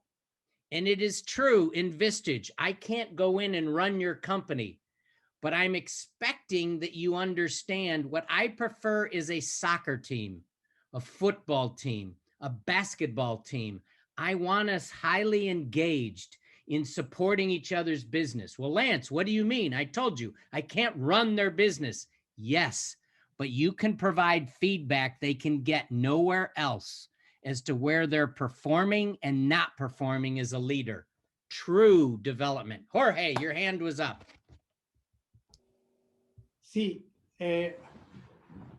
habría que ver en qué sentido hablamos de equipo y grupo, porque cuando uno habla de un team o de un equipo, pareciera que todo el grupo, todo el equipo como tal, tiene que lograr un objetivo común.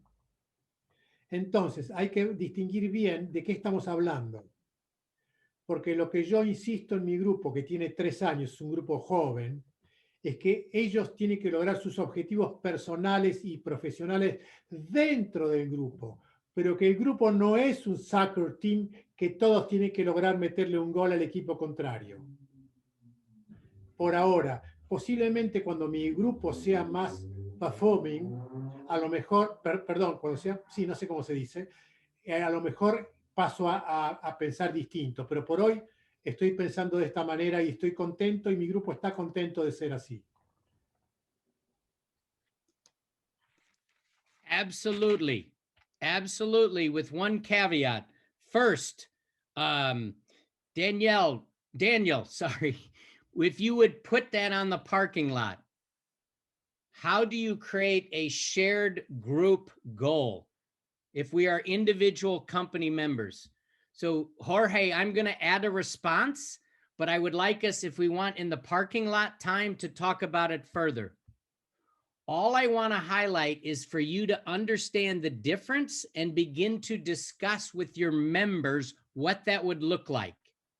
What accountability? Jorge said very, very well. I have a group of 3 years and they are holding each other accountable to their individual goals. That works for me, Lance. I don't need a shared goal of, say, everyone has to increase their net worth by 5%, or everyone has to improve their company turnover by 10%.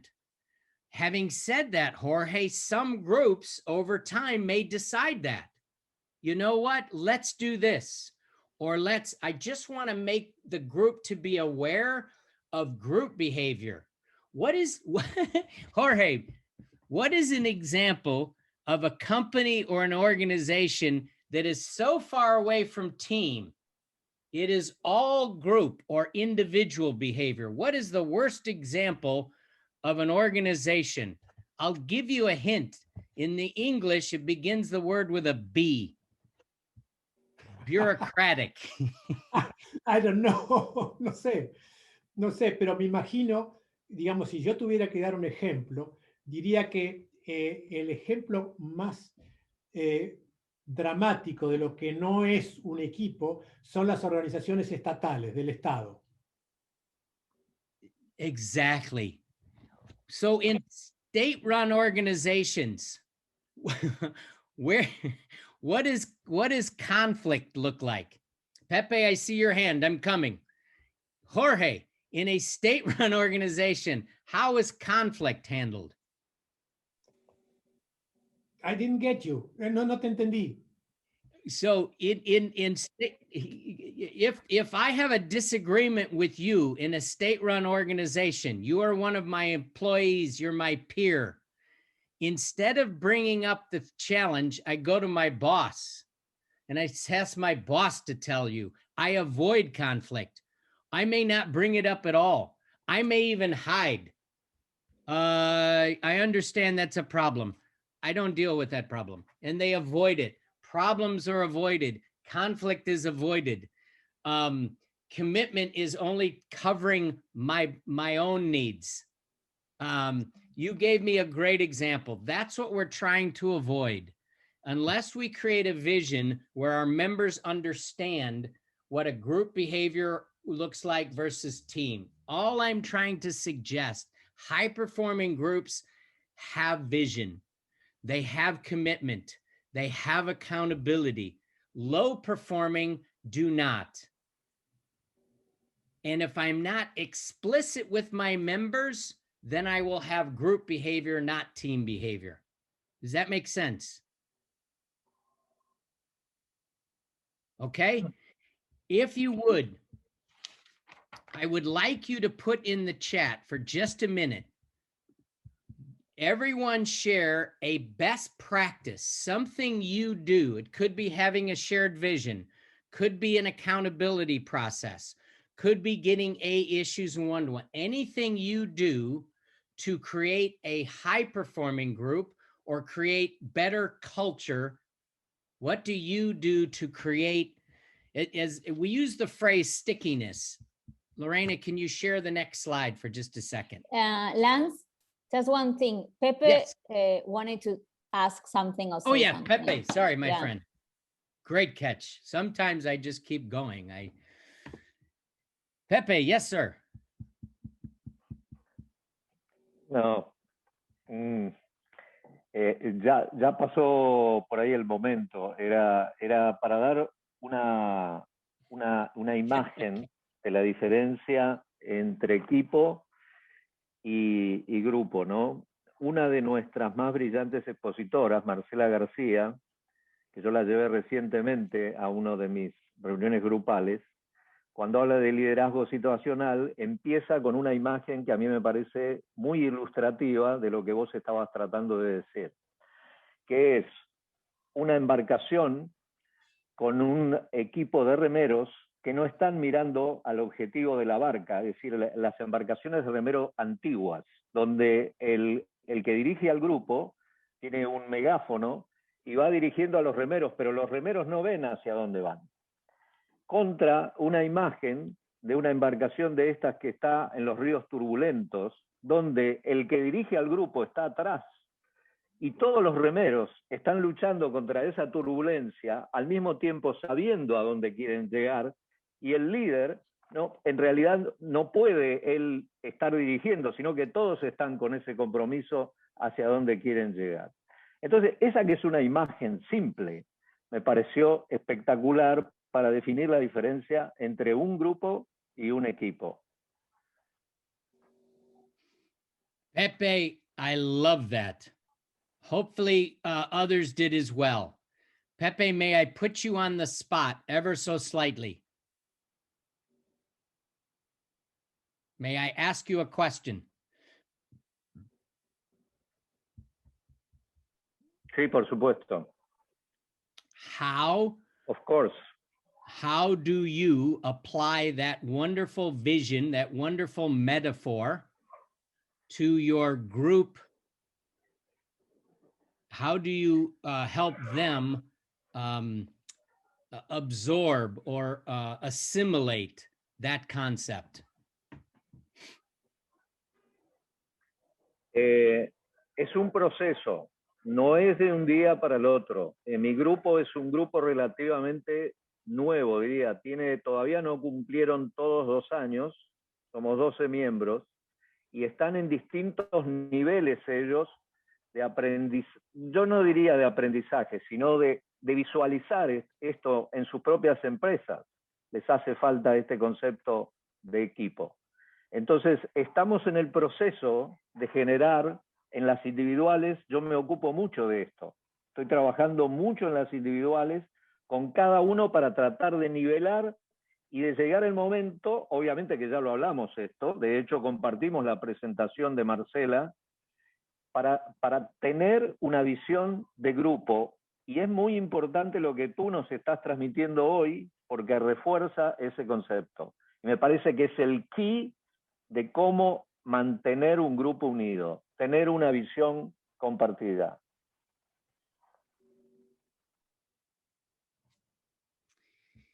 Thank you. Bueno, bueno, bueno. So, I have heard twice now people say my group is young. And my only challenge is to be careful. Sometimes we assume the group is not ready for what you're visioning. Please consider that might be a self-limiting belief, and maybe I can speed up the process. Your metaphor is one I've never heard before. I promise to give you permission, credit, but with your permission, I'm going to use it, not only with my groups, but other of these trainings. That is an incredible metaphor. What I would want to do is to share it with my group first individually and get in my one-to-ones, what would that sort of shared goal look like? It's similar to what Jorge brought up. It is not an easy task to do in a Vistage environment, but it is the right exercise to create much more of a shared group concept. It contributes greatly to retention. So for example, in my group created a shared vision we called dream catchers, because that incorporated, for some, they had personal dreams. It was a succession planning that my children would take on the business. That's my dream. Or I would like to reach, in the case of one of my companies, $1 billion in revenue. But we are responsible for, as Jorge said, a shared vision, as long as each one of us can see it. So we now have a mountain that we need to scale. So we are supporting each other in the climb, but we need to know what that vision is. In 2008, and again last March, so when we had the Great Recession and the pandemic, my groups changed the vision from dream catchers to no one goes down on our watch. No one goes bankrupt. No one fails. So they changed the vision, giving the circumstances that we were living in. All I wanted to highlight, Pepe, as you said, is bringing that activity into the group sooner than later, because I love that metaphor. Okay?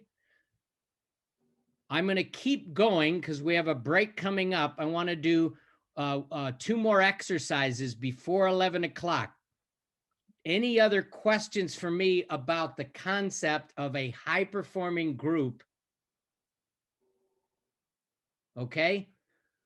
Underneath this exercise, high-performing implies stickiness, retention. Okay? You can see on that slide there, creating group stickiness. It encourages members to stay longer. It drives member value. Mutual adhesiveness, integrating diverse members, large, small. There's a sense of valuable to each other. I mentioned earlier your voice. In the chat, I would like everyone to share a technique, a best practice, a tactic you use to create stickiness. In my case, I'll use an example. Every single meeting, I have a vulnerability exercise and inclusion exercises that creates engagement. I call it the meeting revealing question. They have to share. What is your biggest CEO mistake? What is your CEO limiting belief? What is the thing in the past 30 days, one thing you would like to do over? What is your biggest fear about the future? What is something you would rather not talk about with this group for fear you think you will not be perceived as brilliant? I have all of these questions to help bond the group. That is one of my favorite. So everybody put in your technique. And by the way, you can all copy this chat. It's all being recorded, but there's some great ideas here right now. Member, group, team stickiness, connection.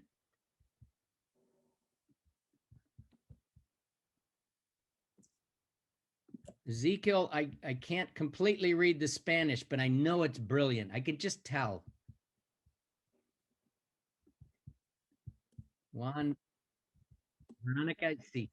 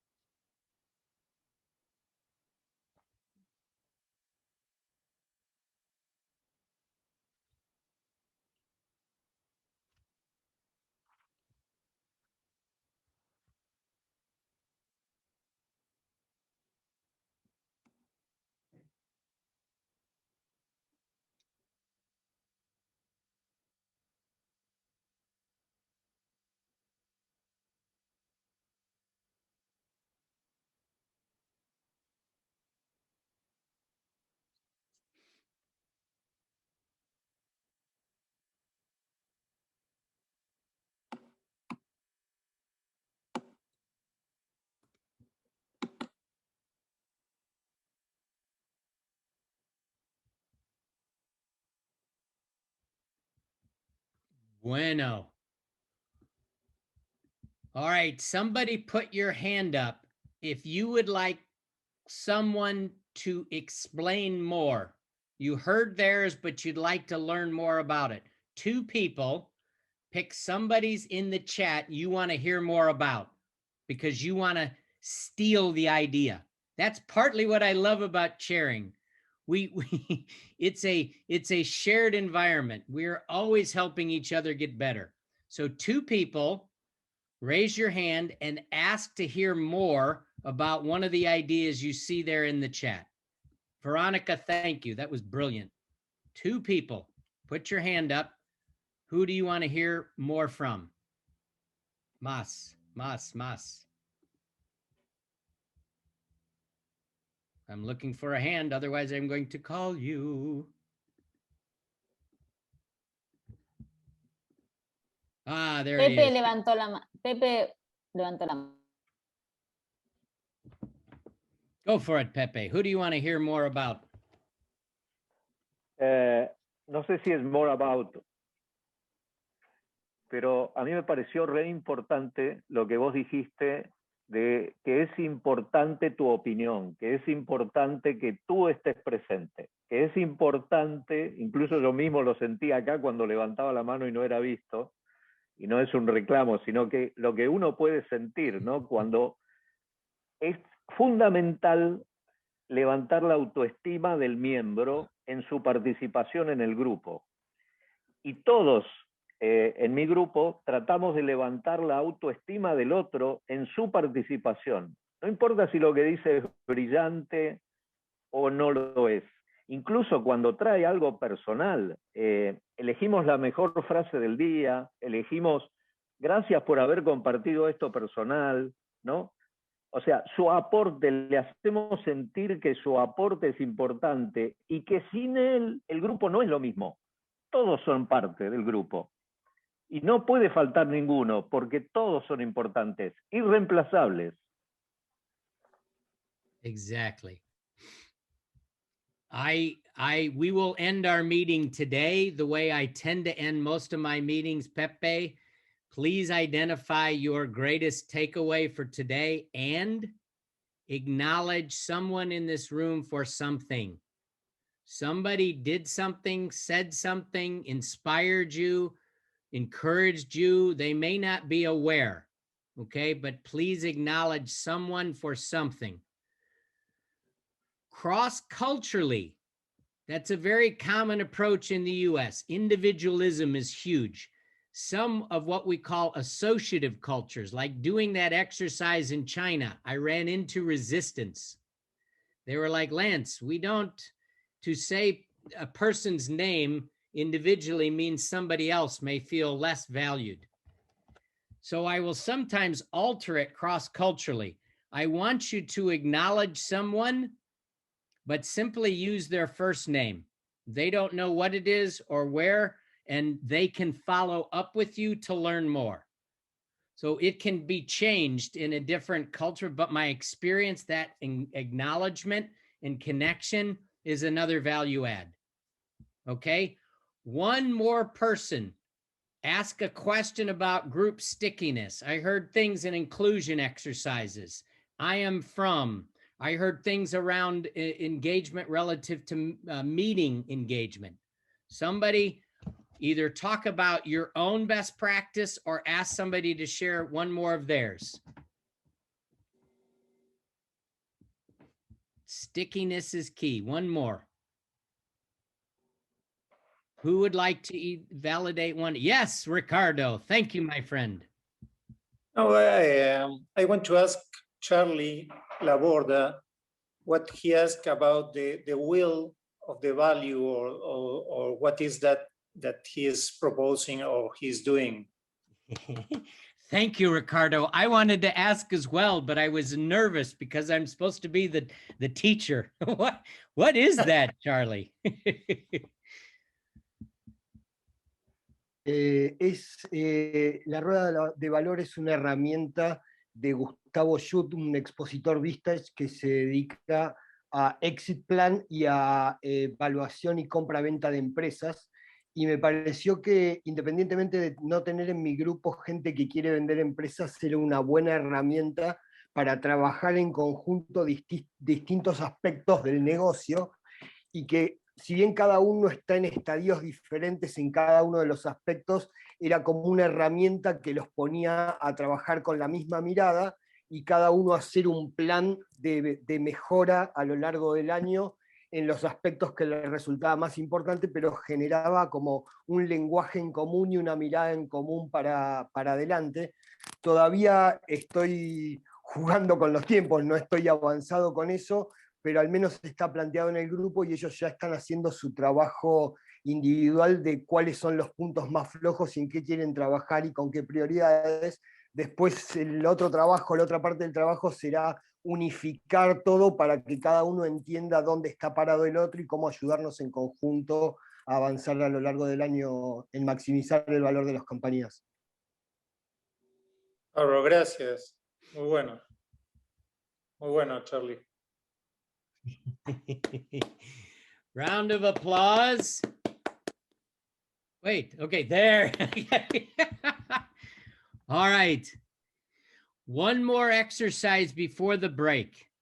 One more exercise before the break, and it's about getting A issues into the room. Getting A issues. Roberto, what in your mind is an A issue? Differentiate that from B or C issues. What makes an A issue important or meaty or, you know, will make a difference in a Vistage meeting? Para mí, y ya se me ha dado en 2 casos en el grupo, los temas de las empresas familiares, donde hay una conducción bífida, o sea, conducción de 2 hermanos o conducción de el padre y el hijo. Generalmente esos conflictos son de difícil resolución y el grupo le da siempre una visión mucho más humanista que la que le puede dar un abogado especialista en cuestiones de protocolos de empresa, ¿no es cierto? Para mí ese es un tema importante, donde se mezcla lo profesional y donde lo personal se puede ver seriamente deteriorado por un conflicto profesional. Beautiful. I'm going to add one more comment to that, Roberto, in a second. But before I do that, Sabrina, how do you explain the difference? Yo tengo quizás para hacer un comentario, no sé si puedo responder a esa pregunta porque escucho que Lance hablas del tema, de la relevancia de los temas, hablas del tema A y justamente a veces eso en los miembros de mi grupo, que es un grupo relativamente nuevo, tiene menos de 2 años, es una limitante. Ellos tienen muchos temas, pero cuando quizás les propongo que lo lleven, que lo trabajen en el grupo, tienen esa, como esa vara, ¿no? Como ese criterio de importancia. Entonces dicen, no, eso no es importante. Entonces está como jerarquizado. Y yo un poco peleo con esa idea. No es más importante o menos importante, sino que lo importante es lo que sucede en el grupo a la hora de escuchar su tema. Y también lo importante es que se anime a abrir el juego de conversación con los miembros. Entonces tengo como una contradicción con eso de la jerarquización de los temas. I'm going to listen to the rest of the hands and then we're going to take a break, but I'm going to come back to this. If there's one thing that's central to member retention, it's having what I call impactful executive session. Sabrina, thank you so much. That is the challenge. Overcoming that challenge is part of the skill set. So I want to gather ideas in the room around that because it adds stickiness. Members can get speakers. They can get executive coaching. What they can't get anywhere else is a powerful executive session that's dependent on A issues. Let's hear some of these comments. I promise the 10-minute break, and we won't be finished, Sabrina, but we'll get there. Okay? Pancho, you're first. Daniel, you're second. Juan Carlos, you're third. Una de las cosas que yo hago y que da mucho resultado es compartir mejores prácticas. en donde ellos son brillantes o están haciendo algo muy bueno en la negociación, lo que hago es que lo compartan y a partir de ahí generamos una especie de tema clave. Y si necesitamos profundizar, armo mesas chicas sobre ese tema para los que les interesa. Y entonces el que arma y el que es esta persona, este empresario que es capaz, lo que hace es liderar esa mesa, se adueña de ella y genera muchísimo valor.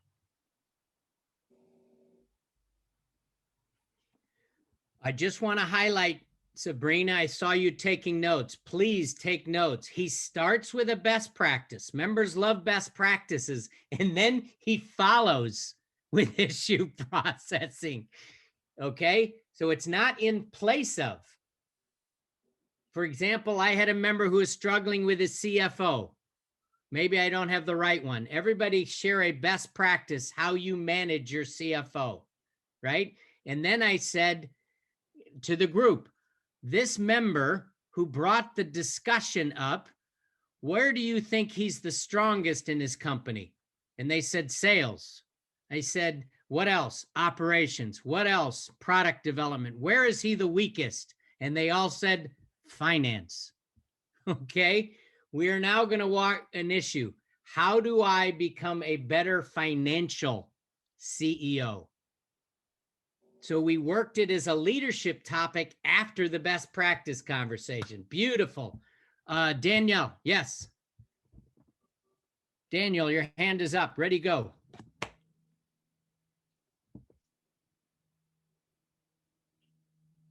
Unmute, it helps. Sí, siempre a mí siempre me funcionó es volver al modelo Vistage cada vez que tengo algún problema, vuelvo al modelo básico y siempre me funciona. Ahora, ¿cómo hago para tratar de conseguir temas A? En el modelo, yo lo primero que hago es buscar cuál es la visión de la persona, cuál es su objetivo de largo plazo, tanto en lo personal familiar como en la empresa. Entonces, cuando detecto eso, veo cuáles son los obstáculos más grandes que tiene para lograrlos, o qué cosa hace que lo acerque un poco más cerca de su visión personal o empresarial. Ese es un tema clave para mí, un tema A. What I heard in that, it's a leadership challenge. What are the obstacles? It's not external. It's not outside of the member. Daniel's focused on what the member will do to overcome obstacles.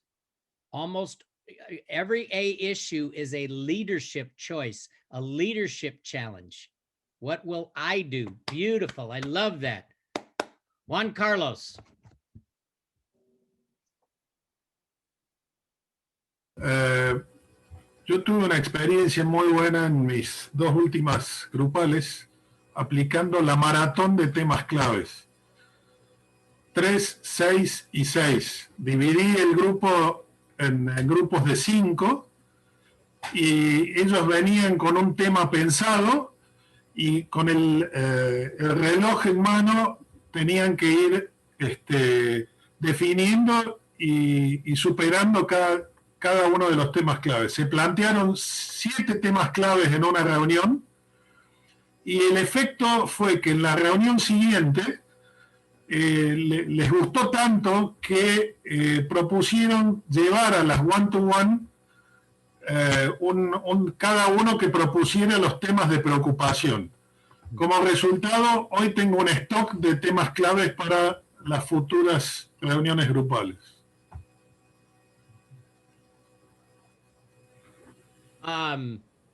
Daniel, if you don't let me, I have a best practice on having a stock of A issues. So in our parking lot, I want to share another one. Beautiful. Round of applause. I have 3 hands. I believe hearing from those 3 people. What, Pancho, if we take our break right now and we come back and hear from Tomas, David Rubin, and yourself, and then we will do our last section. Can we take a 10-minute break? I need to. 10 minutes from your watch. 10 minutes. Okay. See you. When Pancho is here, you are here.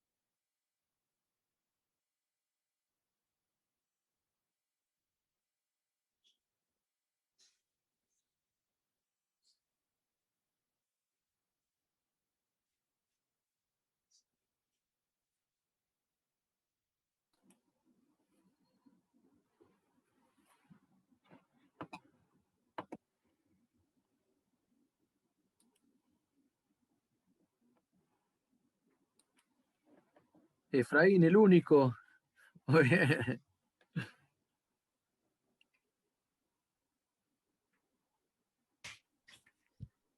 Todavía falta, no te pongas nervioso. No, pero ahí lo veo a Efraín que está ahí. A vos no te estoy viendo, mister. Cómo me picó la orejita, ¿eh? Cómo me puteaste. Nunca, eso nunca. Nunca, nunca, nunca.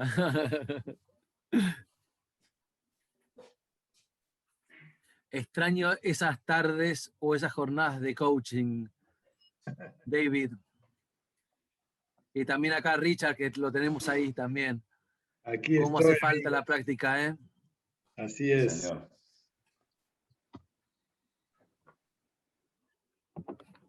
Extraño el acento cordobés. Traigo agua y me siento.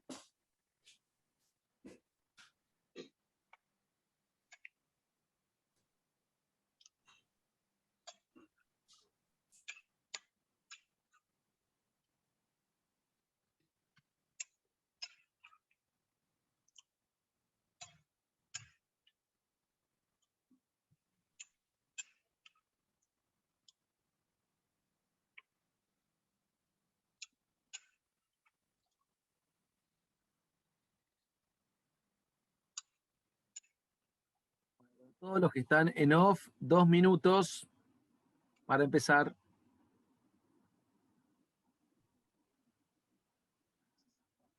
Acabo de recibir un video de la industria gráfica de uno de los miembros de mi grupo, ansioso por mostrar su establecimiento.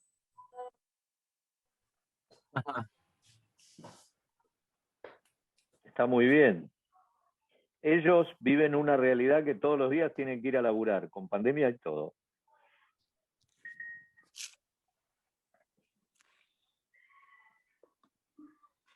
De la segunda dosis, la voy a visitar.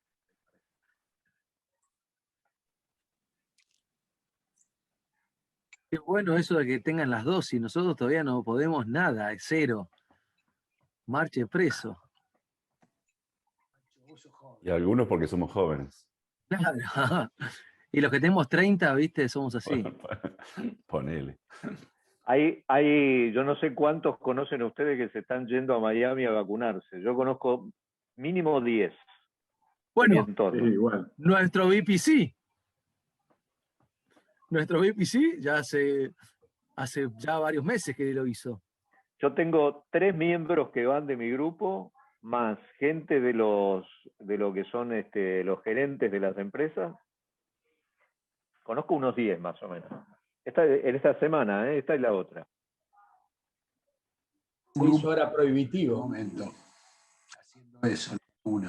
Sí, no, pero los pasajes eran, qué sé yo, valían 60.000 pesos, ahora valen 400.000. Pero hay gente, ahora están organizando vía Bolivia, vía Paraguay, vía no sé qué vías, para hacer más barato el pasaje. Obviamente te lleva más tiempo, ¿no?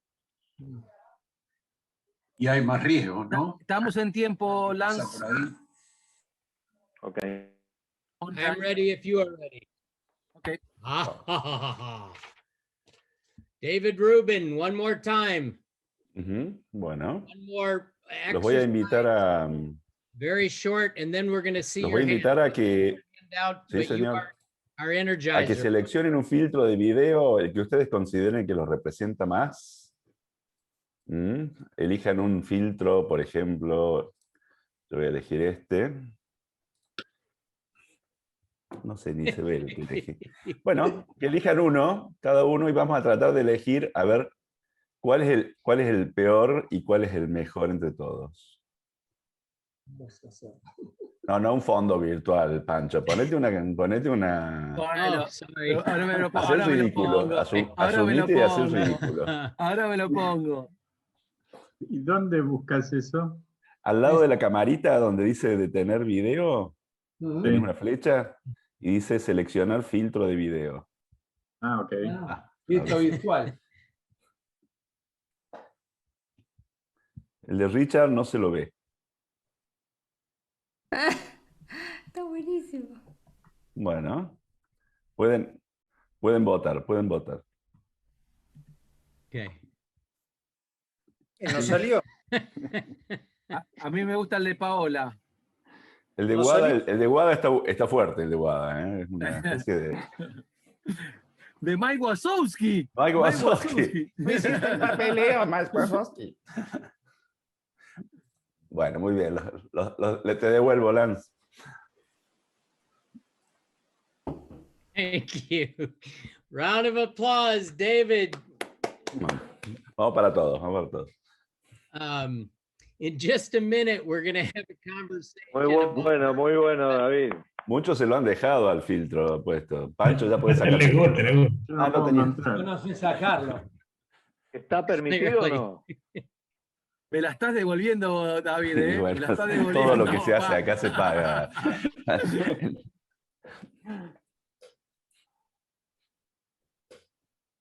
We are still talking about the stickiness, in particular, getting A issues into the room, identifying what makes it an A issue to others. So David Rubin share, Thomas share, Pancho share. Keep going. Yes, sir. David Rubin. Bueno, muy cortito. Lo que voy a contar yo es lo opuesto. Justamente era una reunión donde no teníamos muchos temas A. Y lo que hicimos fue una práctica que me sugirió Marta Muchastegui en alguna oportunidad, que consistió en un grupo de 8 o 10 personas que se conocen bastante, en hablar sobre el tema clave del otro. Cada uno planteaba qué tema debía estar planteando su compañero de la derecha. Así, al que le tocaba y era la visión de... Y fue riquísimo, porque salieron temas que eran recurrentes o temas que no estaba viendo tal o cual persona. Entonces, cada uno hizo el planteo del tema clave de su derecha y el dueño del tema fue el que respondió las preguntas y tuvieron devoluciones. Fue una especie de maratón con tiempos más acotados, como lo que contó Juan Carlos, digamos, pero fue muy rico en cuanto a que salieron, y como decían recién, también quedaron un montón de temas planteados para próximas reuniones para desarrollar con más profundidad. La verdad que fue una linda experiencia.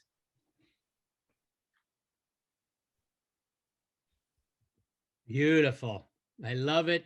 As long as he brought it up, I'll bring up mine right now just because it's an extension of that. At the beginning of the year in January, but you can do it anytime, I ask all the members to share, if I'm in virtual, on chat, but what's one topic, one A issue you know you should work with this group this year? One strategic leadership topic. Don't evaluate it as good or bad or right or wrong. Just put that topic out. Once I have all the issues, right? If I have 8 members or I have 16 or 20, it doesn't matter. I then ask them to select what month this year they would like to go ahead and present that issue. Now I have them, if it's a strategic topic, it's not urgent right now, but it's important. This year, because of the pandemic, I tried a similar technique, but it's what David Rubin said. Everybody look around the room and identify an A issue for someone in the virtual environment. What's the A issue Sabrina should work? What's the A issue Thomas? Put that in the chat. Now, Sabrina, you see that your name came up 5 times. Which of those topics are you willing to work and what month? So similar to David Rubin's example, it invites the group to give each other feedback about a potential A issue. In both cases, it created a roadmap for me.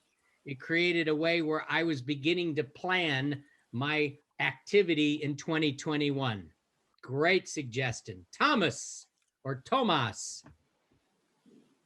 Share your best practice or your comment, please, please.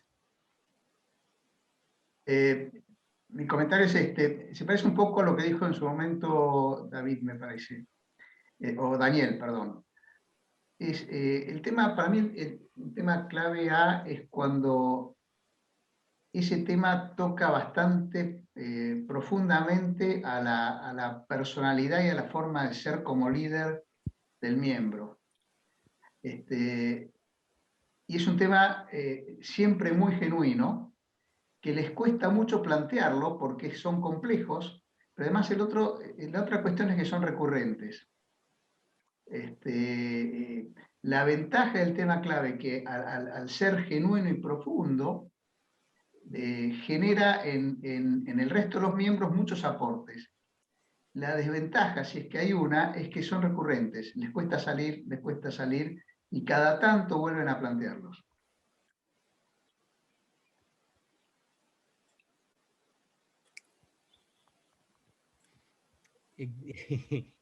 Exactly. I'm still seeing some hands and I want to get this in point because it's one of the most important parts. Pancho, go ahead.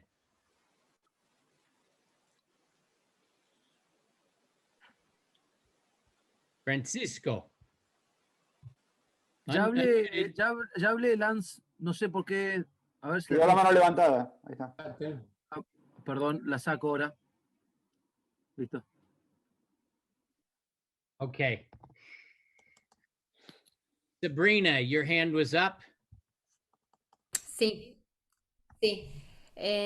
Yo implementé una dinámica en el grupo que fue presentada por nuestro VPC, por Charlie Scott, que lo planteé como se llama las 3 preguntas o los 3 dilemas, en donde se les propone que cada uno piense una conversación que está evitando un empleado colaborador que no está soportando y alguna situación que tiene que cambiar.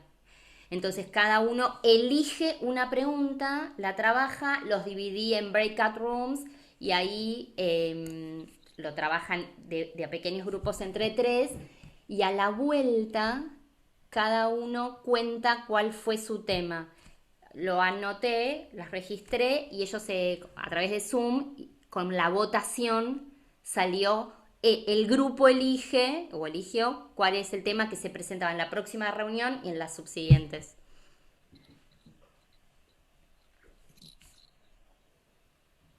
Beautiful. Yes. I hope you're writing some of these down. 2 more, and then I'm going to take us into the conversation around full member value. Efren and Jorge. Efren, go.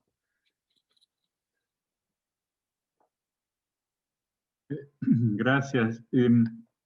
Tengo, por un lado, lo que usé como práctica para disparar el tema clave ha sido elegir algunas cuestiones que a mí me parecen sensibles y usarlas brevemente como un disparador al inicio de la reunión, y entonces ellos asocian con esto. Uno es, por ejemplo, lo que recién ella comentó acerca de preguntas difíciles, otra es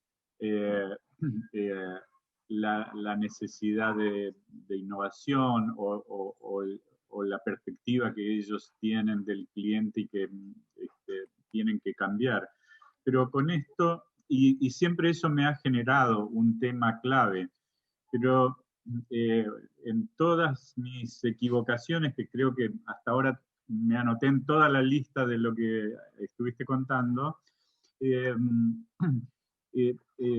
yo encontré que para mí el tema clave es algo que realmente es crítico para el miembro, no importa si yo hago un disparador o si el tema es atractivo.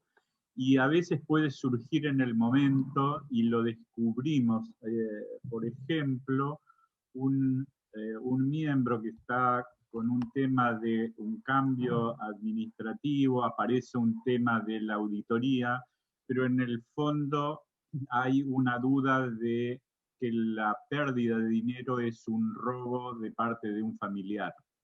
Y entonces paramos y yo revaloricé ese ranking y digo, en realidad esto paremos porque los otros temas son secundarios al lado de esto, porque La criticidad representa que es el escalón o el salto para él, realmente es crítico. Entonces, lo que agrega valor sería aquello que lo pone frente a su nuevo escalón, digamos, y en este caso era algo más complejo.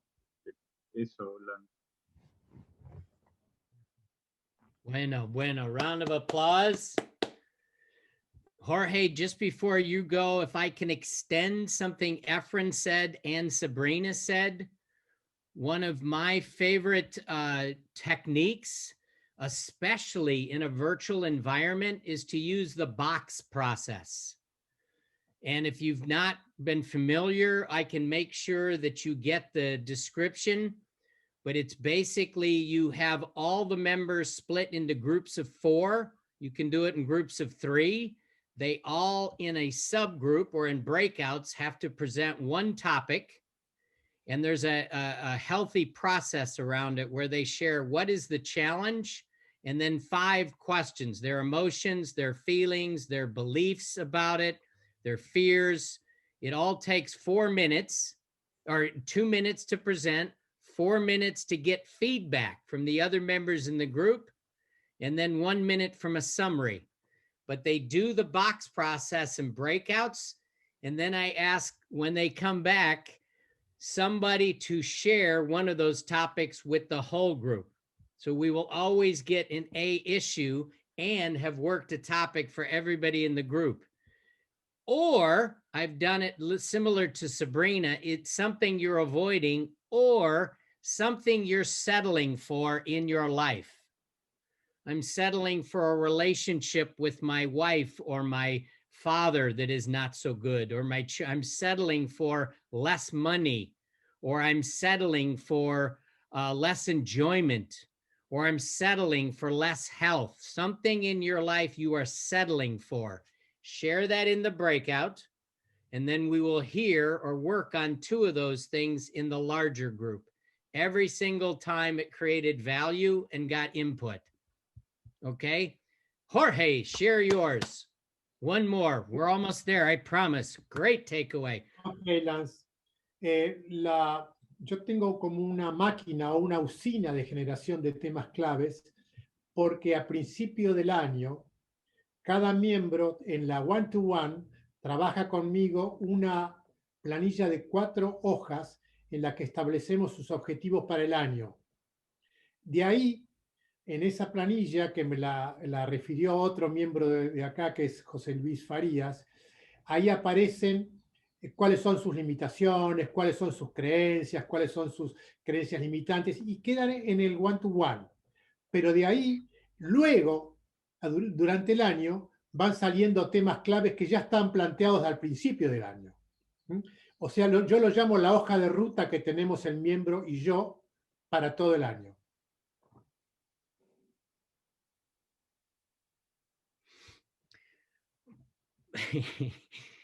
Are you all hearing these? This is incredible. Jorge, no offense. I go to many of these workshops. You are providing more value as a group than chairs I've dealt with for 10 years. These are brilliant. Oh my gosh. I'm not just saying that. Thank you. Ay, ay, ay. Okay. I put in the chat a quick summary that we use for many of the trainings. Educating my members in one-to-ones. When I say an A issue, what am I meaning? A, that you have to have one. It's the currency for Vistage membership. If you're going to come to a meeting, you have to have a leadership challenge. Someplace in your leadership life, you're stuck, you're spinning, you're not making movement or traction. You would get value even just talking about it out loud. It could be a business issue or a personal issue.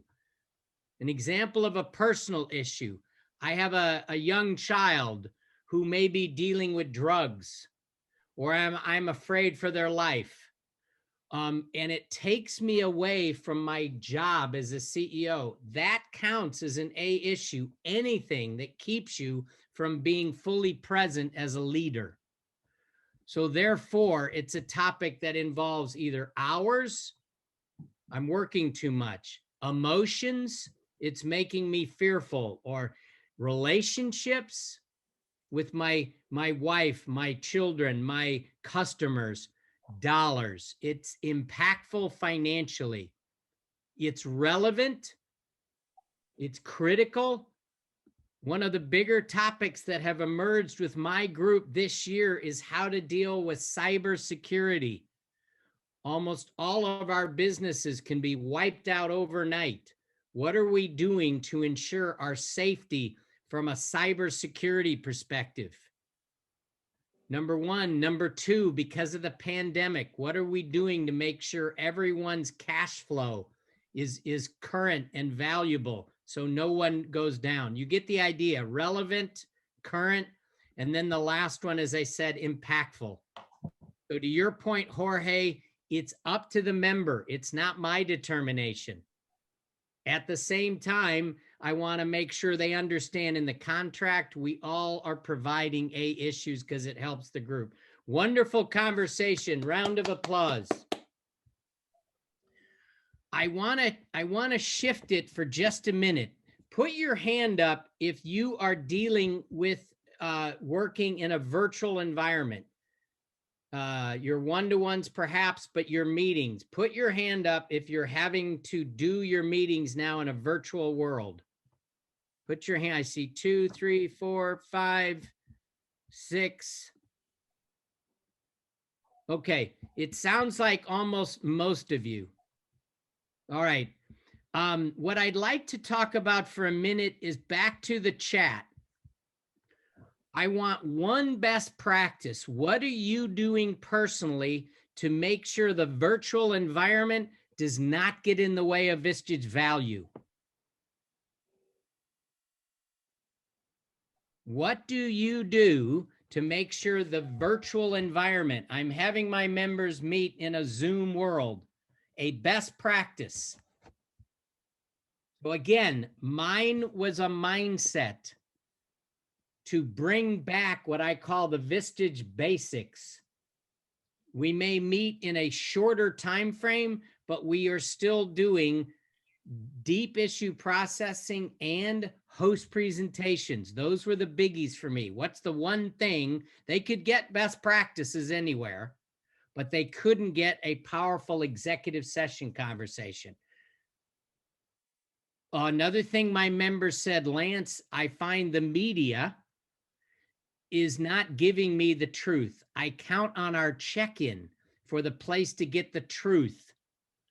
Are you coming back to work? How are you managing a hybrid work environment? How are you handling the government investments from what we call a loan or a PPP? So they count on the check-in. So it has to be an effective check-in. What is your virtual best practice? So put your ideas in there. How do you make the virtual environment not a limitation? I love the breakouts. I love the chat. I'm able to create more efficiency than I used to. I want at least half of you to put a best practice. How do you make the virtual environment work for you?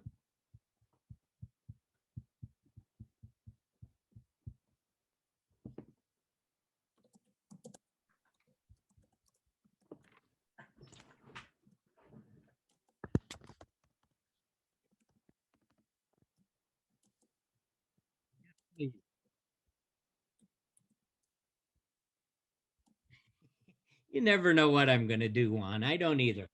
Yes, please start reading. Thank you.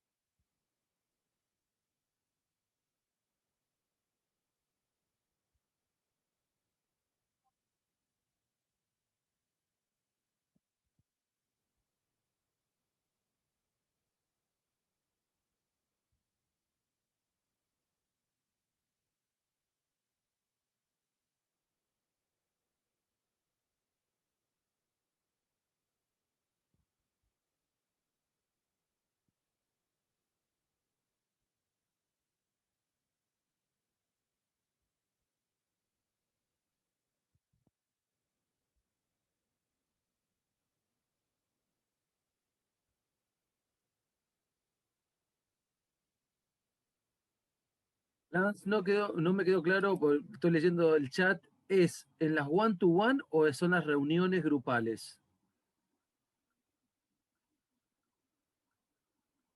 One-to-one. Sí, por eso. Para mí era one-to-one, porque estoy viendo algunas cosas que son de las reuniones grupales en el chat. La mira No, la pregunta era de todas. Claro. Me parece que apuntaba a la virtualidad en A la general. virtualidad, claro. Ah, ok. Ahora entiendo. Ya sea 121 o grupales. O sexting, lo que sea. Ok. Ahora me queda más claro, si no, estaba leyendo algo y no entendía.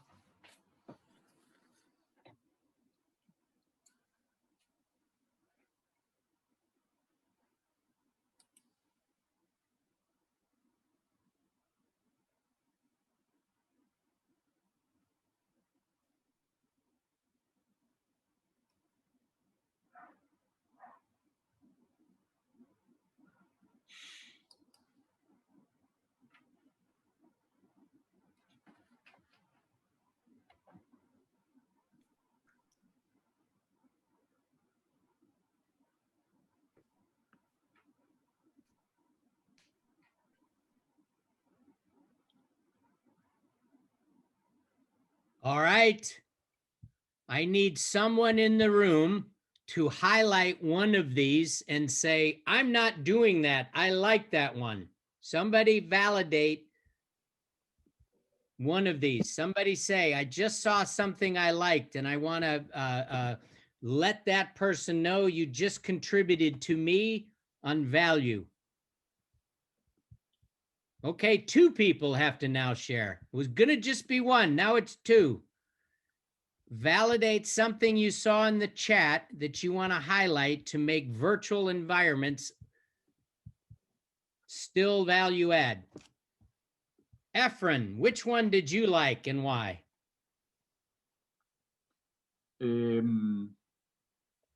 Me gustó la de que festejen los cumpleaños porque yo no lo hice en el grupo, sí nos compartimos en otro, un grupo de WhatsApp que armamos y ahí se hacen bromas y festejos, pero en WhatsApp, no en la reunión o juntarnos, me gustó.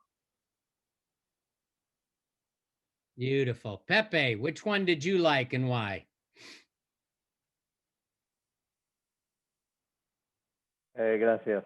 Me gustó la que dice, en realidad sirve siempre, pero a mí cuando hacemos las reuniones virtuales grupales, me parece fundamental, por supuesto, tener todos los recaudos que ahí mencionaron, hacerla interesante, la cuidamos al detalle, prepararla previamente. Es muy importante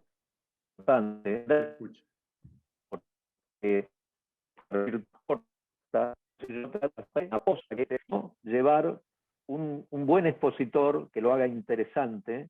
Siempre un buen expositor es bueno, pero fundamentalmente allí en las virtuales me parece más significativo aún. Me gustó eso, que creo que lo puso Joaquín.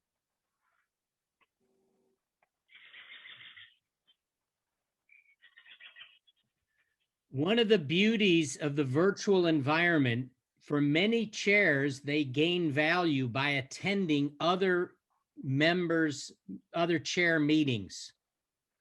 If you heard something today and you would like to learn more from that chair in the Zoom environment, we can now participate more easily than we could in the past to gain best practices, to support one another. The biggest aspect for virtual for me was the mindset. If my members said, Lance, this won't be as effective, I had to say, if we go there, you're right. If we think it's not going to be as effective, it won't be. You're running your companies virtually. We're going to learn from each other. So I need you to engage and show up as well as ever.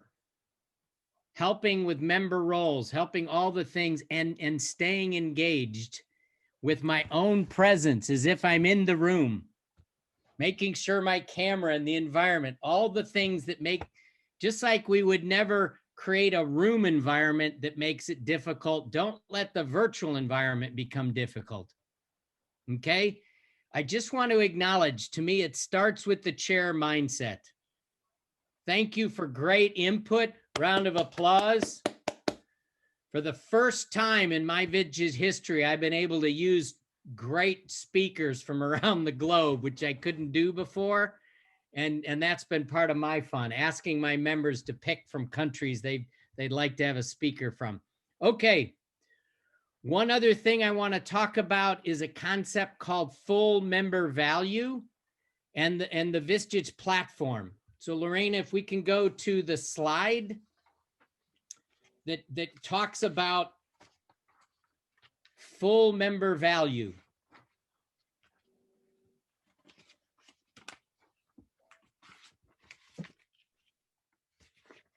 How many have seen this before? Put your hand up. Okay, ha ha ha. For some of you, it's new. Let me just describe this briefly and then make a suggestion how you may use it with your members. So approximately 6 years ago, under our new research director, Joe Galvin, they did a very comprehensive research study on exactly what is member value according to members. And it seemed to fall into these 4 buckets. If you start with the one that says business optimization, that tends to be the first one. Then it moves to the second area of value, leadership enhancement. Level number 3, resources and learning. Level number 4, culture and community. Let me show you what I mean. If you were to ask my members where you get value, it tends, not always, it's a combination, but to often be described based on tenure. How long have they been a member? My experience is my members, I'll just take Rick, who's a small manufacturer. He's been a member for less than 2 years, and almost all of his Vistage value is in box number 1. How do I create business optimization, organizational efficiency, greater sales, less margin erosion, everything that relates to improving how his business performs. That's most of the question. That's most of the value. He's sort of a newer member, and that's where he talks to me about where he's getting the most value and where he's learning the most from other members. It's sort of interesting, like I said earlier, over time, members begin to realize the real impact on their growth from a company perspective is who they are as leaders, how I change my mindset, how I address my self-limiting beliefs. So that's why my members who typically, like Susan, who's a 5-year member, she is all about improving herself as a leader. And in that context, her leadership team. And almost all of our focus is on her leadership development and her team's leadership development. And then I've got Daryl. Daryl is a 10+ year member. And when he talks about Vistage, it's really in box number 3. Lance, I really want to stay relevant. I enjoy that the speakers are thinking ahead.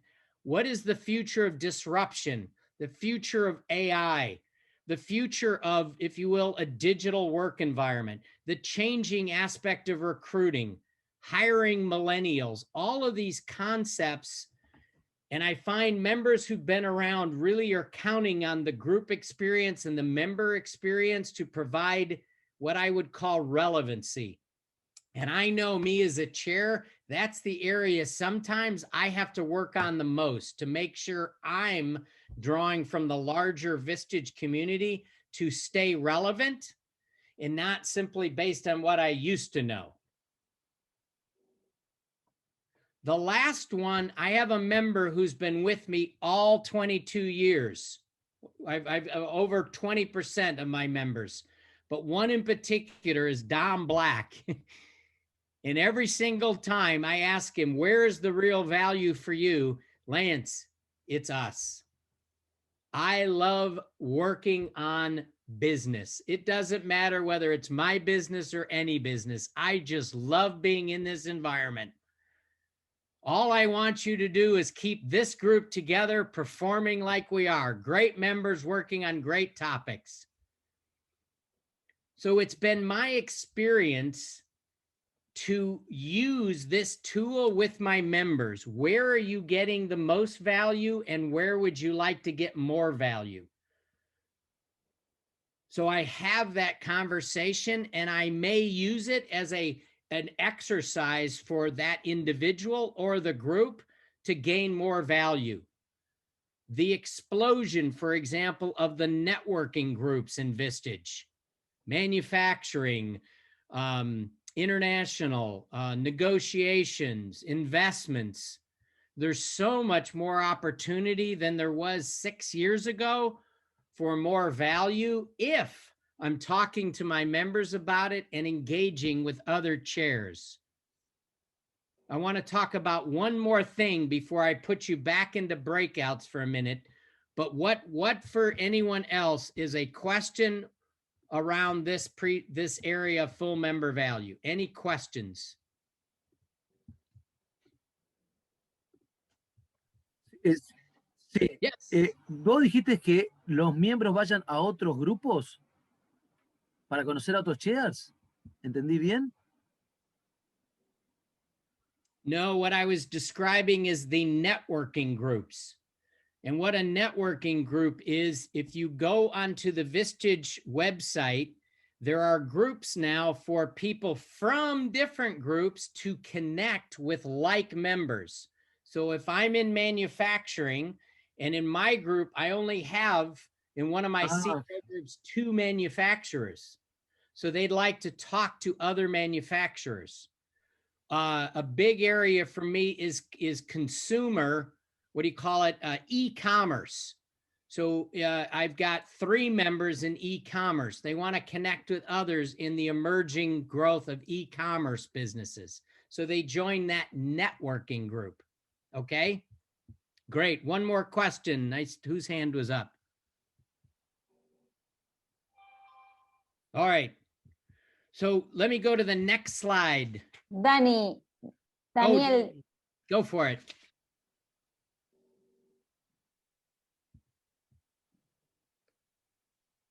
Go to there you go. Daniel, yes, ask it pretty please.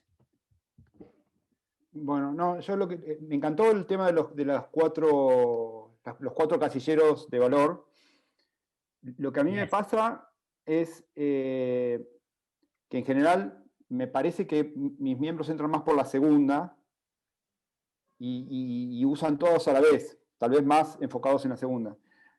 Pero mi pregunta es, esta hoja, este camino, digamos, de alguna manera, ¿vos lo compartís con los miembros y lo conversás como para mostrarles el camino? Esto me encanta hasta como para usarlo, digamos, como el valor que otorga Vistage y, digamos, de cara a la comunidad, como para atraería más miembros, tal vez.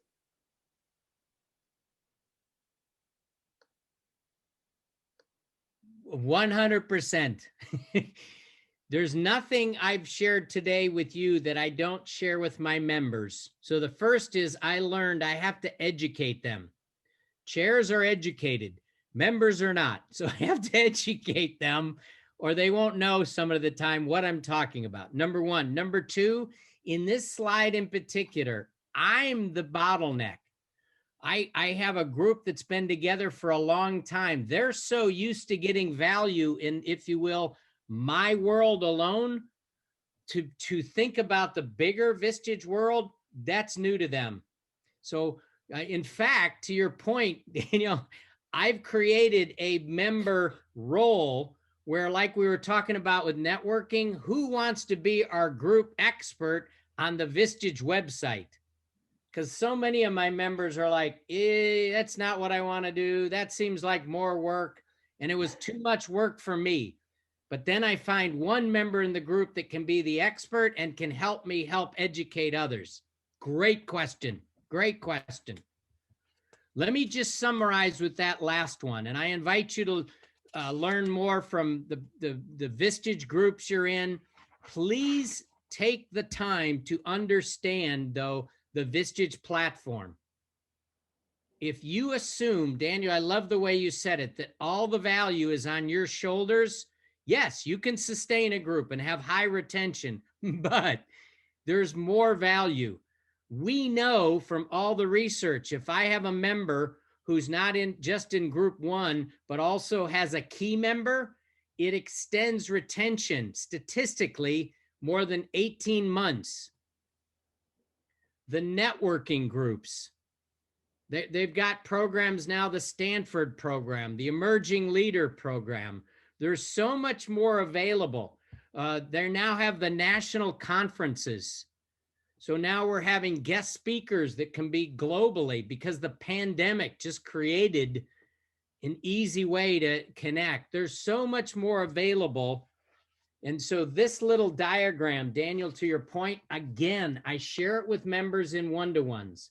I educate and then do what I can to help them become their own learners, not spoon-fed through me, just educate. Just educate, okay? All righty. Last exercise before we do our closing. I'm going to put you in breakouts. Back to, you're in groups of 3. It doesn't have to be 3. Each one of you has to share one action item. I'm going to do the onboarding. I'm going to have a recontracting meeting.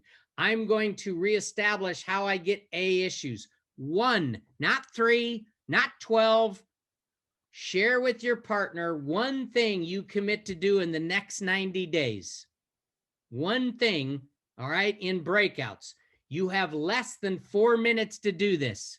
Ready? Go.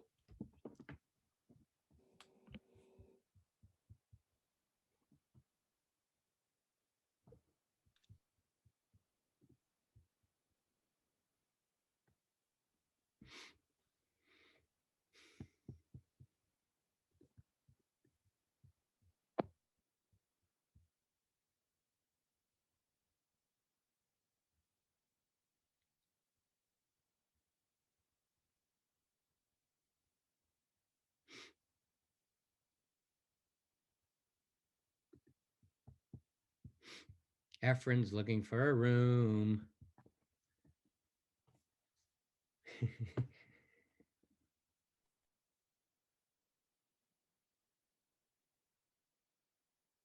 Efraín, ¿no te puedes unir?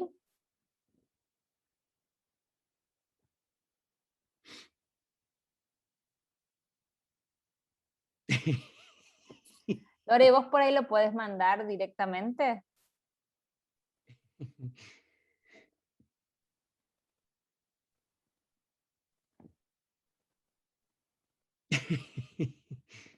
Ahí vino Ricardo. Hay que mandar a Ricardo también. Hola.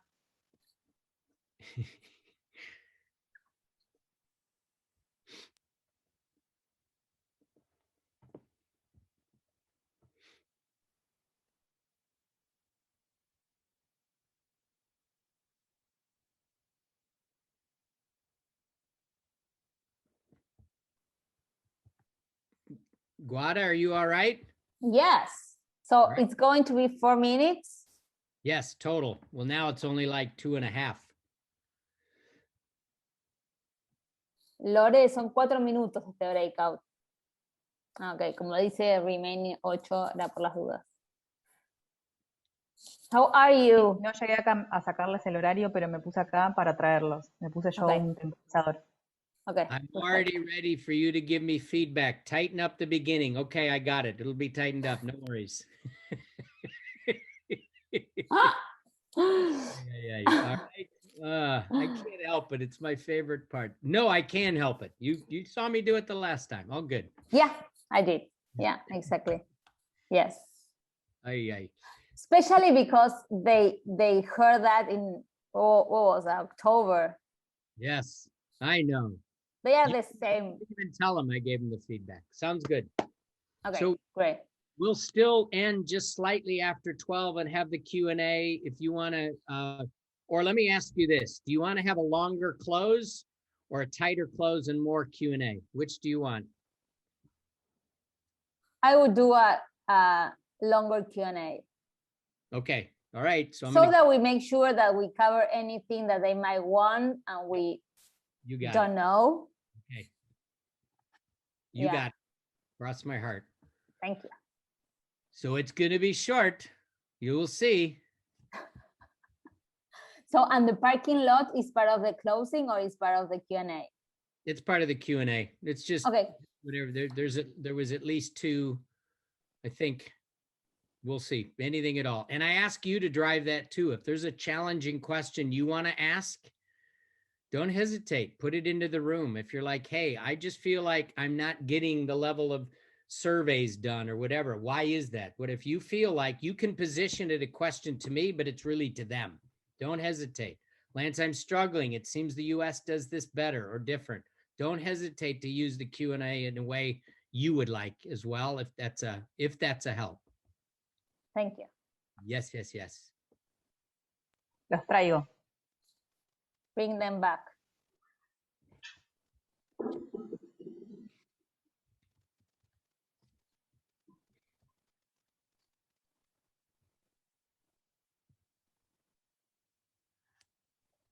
Ahora está seria. Estoy muy concentrada, tengo que hacer muchas cosas a la vez.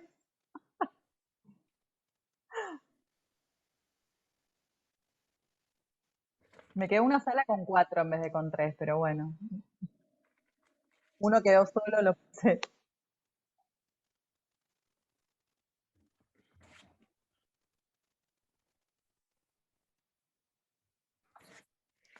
Sí, sí, sí. Aparte los chats que por privado, ¿no? De cosas que se necesitan y también trato de responder.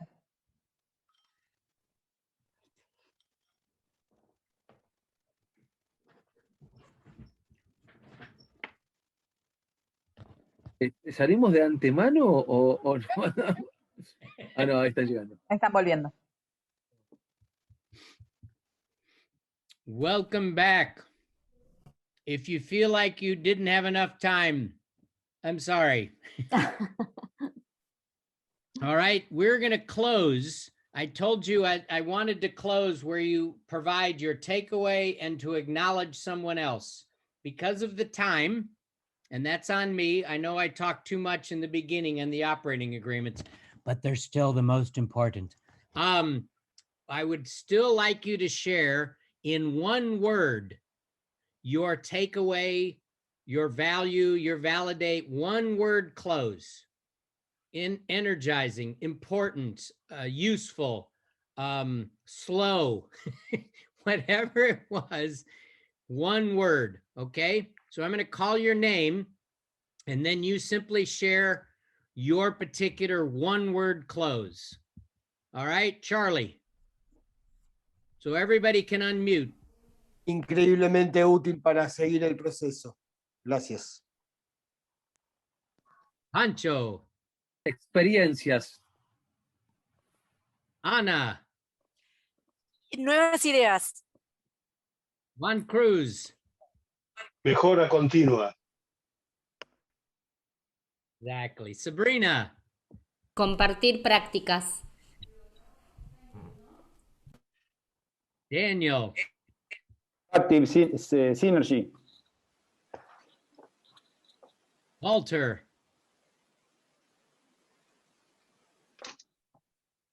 Nuevos procesos. Lionel. Motivación. Maria. Está muteado. Unmute. Está muteado. Inspiración. Sí, Roberto. Conocimiento. Jorge Valdez. Refreshing. Yes. Joaquin. Buenas experiencias.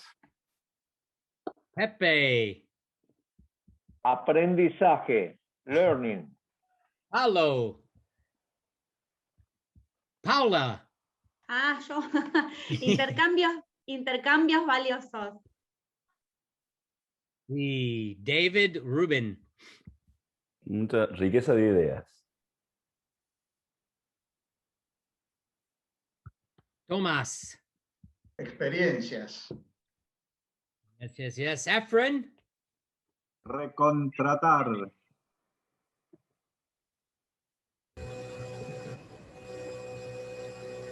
Recontracting, my favorite. Jorge. Sánchez. Desempeño. Bingo. Yes. Richard. Inspiring training. Gracias. Fernando. Lista de tareas para realizar. Exactly. Juan Carlos. Confidence. All right, that's one of my hopes. Ezekiel. Retroalimentación de experiencias y vivencias con el grupo. Bueno. Rodolfo. Focus on value. Yes. And Ricardo. Aprendizaje. Beautiful. For me, it's critical. I realize into listening again, what you are doing as chairs, in my belief, is so important for our world, for our country, creating jobs, creating leadership. So for me, the takeaway is critical. Thank you for engaging and participating. Guada, I'm going to let you close it, but what we have now is an open, our parking lot items, anything at all anyone wants to talk about. If you can stay, great. If you cannot, no worries. It's simply 30 minutes for whatever you'd like to talk about out of the training workshop, okay? Yes, I promised to send my exercise in first of 6 months. I will make sure you have that. Round of applause. Thank you. High five to everybody. Guada, I turn the floor to you. Thank you, Veronica. Oh my goodness. Thank you, Juan, big time for the translation. Okay, Guada. Gracias, Lance. Bueno, nosotros queríamos con Lance asegurarnos también un poco con la experiencia del fin del año pasado, cuando hicimos el workshop con él. Lance tiene tanto recorrido en Vistage, ¿no? Y aparte Lance coordina un grupo de chairs del mundo, entonces por ahí conoce cosas que han hecho en otros países. También creo que es interesante que por suerte ellos en el hemisferio norte están saliendo de un lugar donde estamos entrando nosotros en la segunda ola, Lance, con lo cual todavía tenemos un desafío por delante. Estados Unidos está saliendo y con gente más vacunada, está como en otra realidad, con lo cual inclusive nos puede dar alguna luz de esperanza de que nos esperan, no sé, en septiembre, si Dios quiere.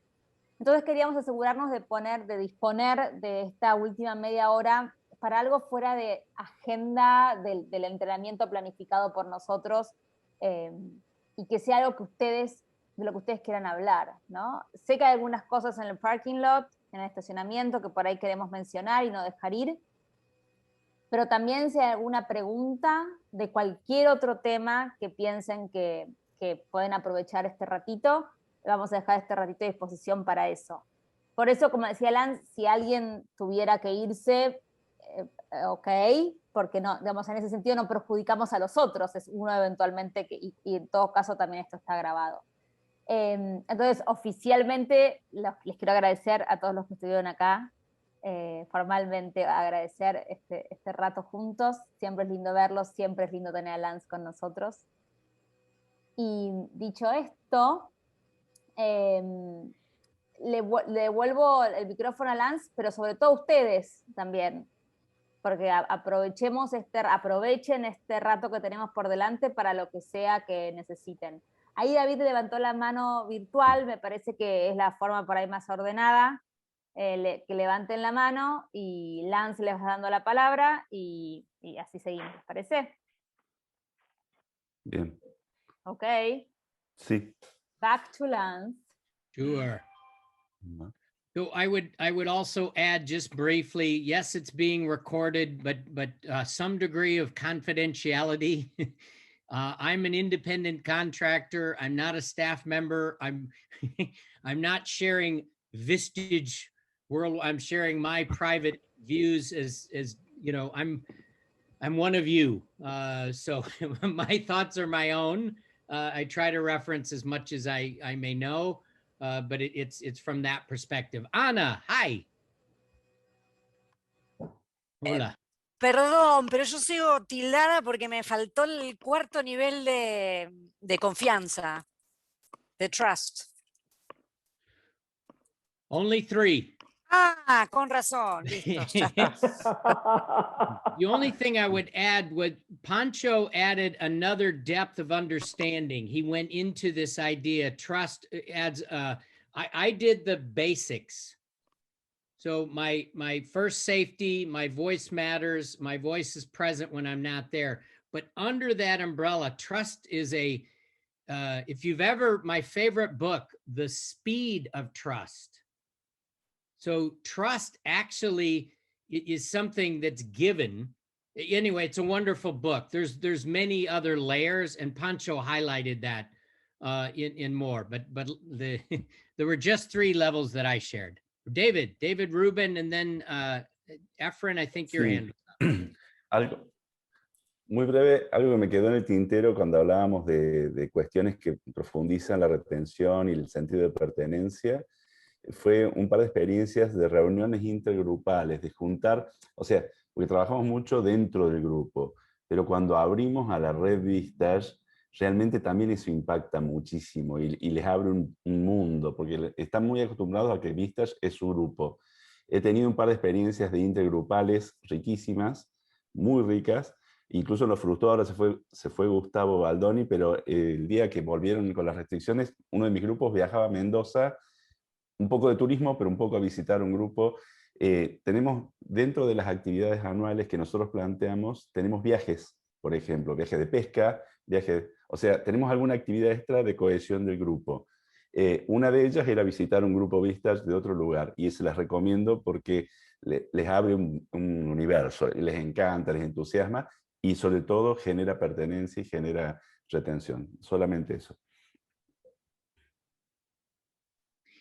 Ruben, David, I would just add, I did an exchange, if you will, Vistage members interested in doing business, and in this case, it was China, and Chinese members interested in doing business in the US, and we did a joint meeting in the United States, exposure to Silicon Valley. I think there's the pandemic has made that so much easier to connect, and as you say, thinking out of the box, working with other chairs. There's 40 chairs in and around Silicon Valley. So it's easy for me to create. Who's interested in Argentina? How do we create more of a connection? I love that idea. I got more there too. Okay, Pepe. Sí, Lance, ¿cuál es tu visión en relación a la evolución? Porque ustedes en US están como más adelante en la pandemia.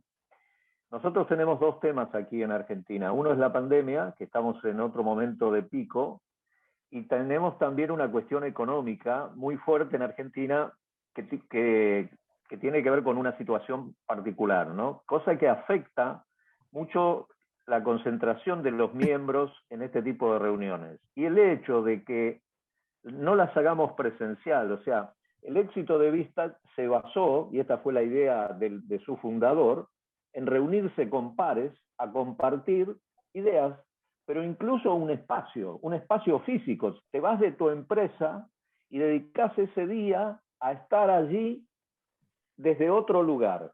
Cambiar el sitio del observador, que esto es muy importante, tiene que ver con coaching, pero es re importante. Con la ayuda de otros, con los que vos compartís, generás confianza y podés. Esto no es que se pierde totalmente, pero obviamente tú lo sabes y lo sabemos todos, nos afecta en distinto grado, pero esto afecta al éxito original de Vistage, a lo que fue su motor de crecimiento. ¿Cómo tú ves que va a ir evolucionando? ¿Qué combinación se va a dar entre lo virtual y lo presencial? No sé si me entiendes la pregunta, no la quiero hacer muy larga, ¿no?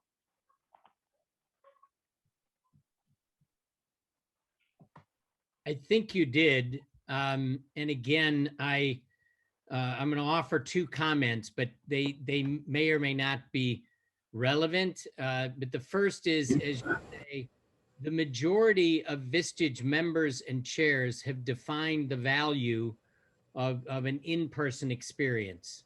I love the way you described out of the office and in another environment, and the beauty that can create. The reality is, at least for my groups, of 4 of them, all 3 have made a commitment that the purpose will be to return in person. One of the groups has now opted to stay on Zoom except for twice a year. And twice a year, we will have the intention to meet in person to create a more of a social setting and an engagement like you described. But the reason they decided to stay in Zoom is they redefined the vision. They wanted to include members outside of California. We added members from Norway and Arizona, and it was a different group experience, and that was my group's choice. Now, it's partly my interest in creating, my passion is creating a more of a global Vistage environment. I know this is being recorded. I feel there's been a history of sort of US-centric approach, and then you have licensees. I've wanted to create more incentives for more of a global leadership perspective and some of those things. And it's taken a long time to do that. So my responding to my group's desire was what I felt like was a positive idea. But going to your point, I've created, if you will, a roadmap with the group that our purpose will be to be those other 3 in person. But the reality is, I had several members who said, why don't we take a break? Let's just wait. When the pandemic is over, we'll restart then, Lance. And I said, that doesn't work for me, not for economic reasons, because it's my belief in Vistage. We need to support each other now. So what will it take to ensure virtual member value until we return that way? Number 1. Number 2, as I said to you in particular, I was on a call last night with members in India, and they're going into the 4th wave. And they said to me, I am very glad we're staying connected, because right now I'm fearful of our future cash flow, that the new wave is coming, that I need a connection with other countries, other hope, if you will. And so that gave me faith in continuing to stay connected, even if we're in the pandemic, to support me at the end of the day, keeping members healthy, growing. So that's sort of the commitment that I've seen from my members, and using the pandemic to think about Vistage differently, yet not going away from its core, as you said very well. Efren, your hand was up.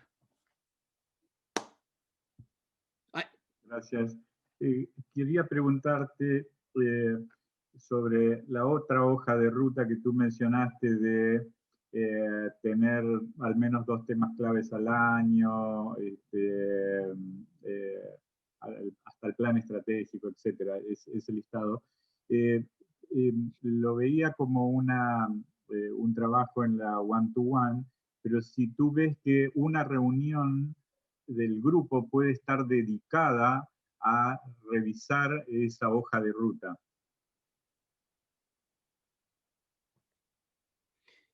And several of you mentioned, which I love, breakout sessions to go in depth. And the pandemic has made that easier. So having a strategic topic, putting members into breakout, I haven't done it yet, but we're talking about it, that every member would share their strategic plan in an afternoon breakout session. So everybody, we've got 3 hours for the executive session. I'm going to put you in breakouts with 3 other people, and you literally have an hour apiece. You know, things like that has been more useful in the pandemic. It could still work, but I wasn't doing as much of that when we were together. But I love ideas like that. I also love, for example, let's say David Rubin says, I want to acquire another company. I like doing an exercise with the group that is more than just issue processing. Okay, 3 of you put your hands up if you feel you are good with culture. So you 3 are going to ask all the culture integration questions and provide the culture integration recommendations. 3 of you are think good financially. You are going to ask the financial questions and make the financial recommendations. And 3 more people, operations. It's such a profound afternoon where we're adding this powerful value. And all of the afternoon was really focused on one member. Everybody loved it. And they felt like we had time and we could go into depth. It's sort of rethinking along the strategic planning lines, but how to create a more engaging afternoon, which is centered around executive session. The member loves it. There's a quote my wife uses. She said, Lance, did you notice it's easier to do the dishes, to clean the dishes at somebody else's house? And I find my members like that. It's easier to clean somebody else's business. So I will use that quote as a means of getting people to help each other. But I love the way you brought that up. Absolutely. Recreating the executive session for value isn't always the hourglass, except I want to make sure that the hourglass is in place, that they know how to do that well. Did that help? De nada, de nada. Muchas gracias. De nada. Any other topics or questions or best practices? Una que ahora no tenía nada que ver, por eso bajé la mano, pero una de las cosas que a mí me sirve un montón, y estoy muy asociado a lo que decía David, ¿no? De hacer reuniones con otros grupos.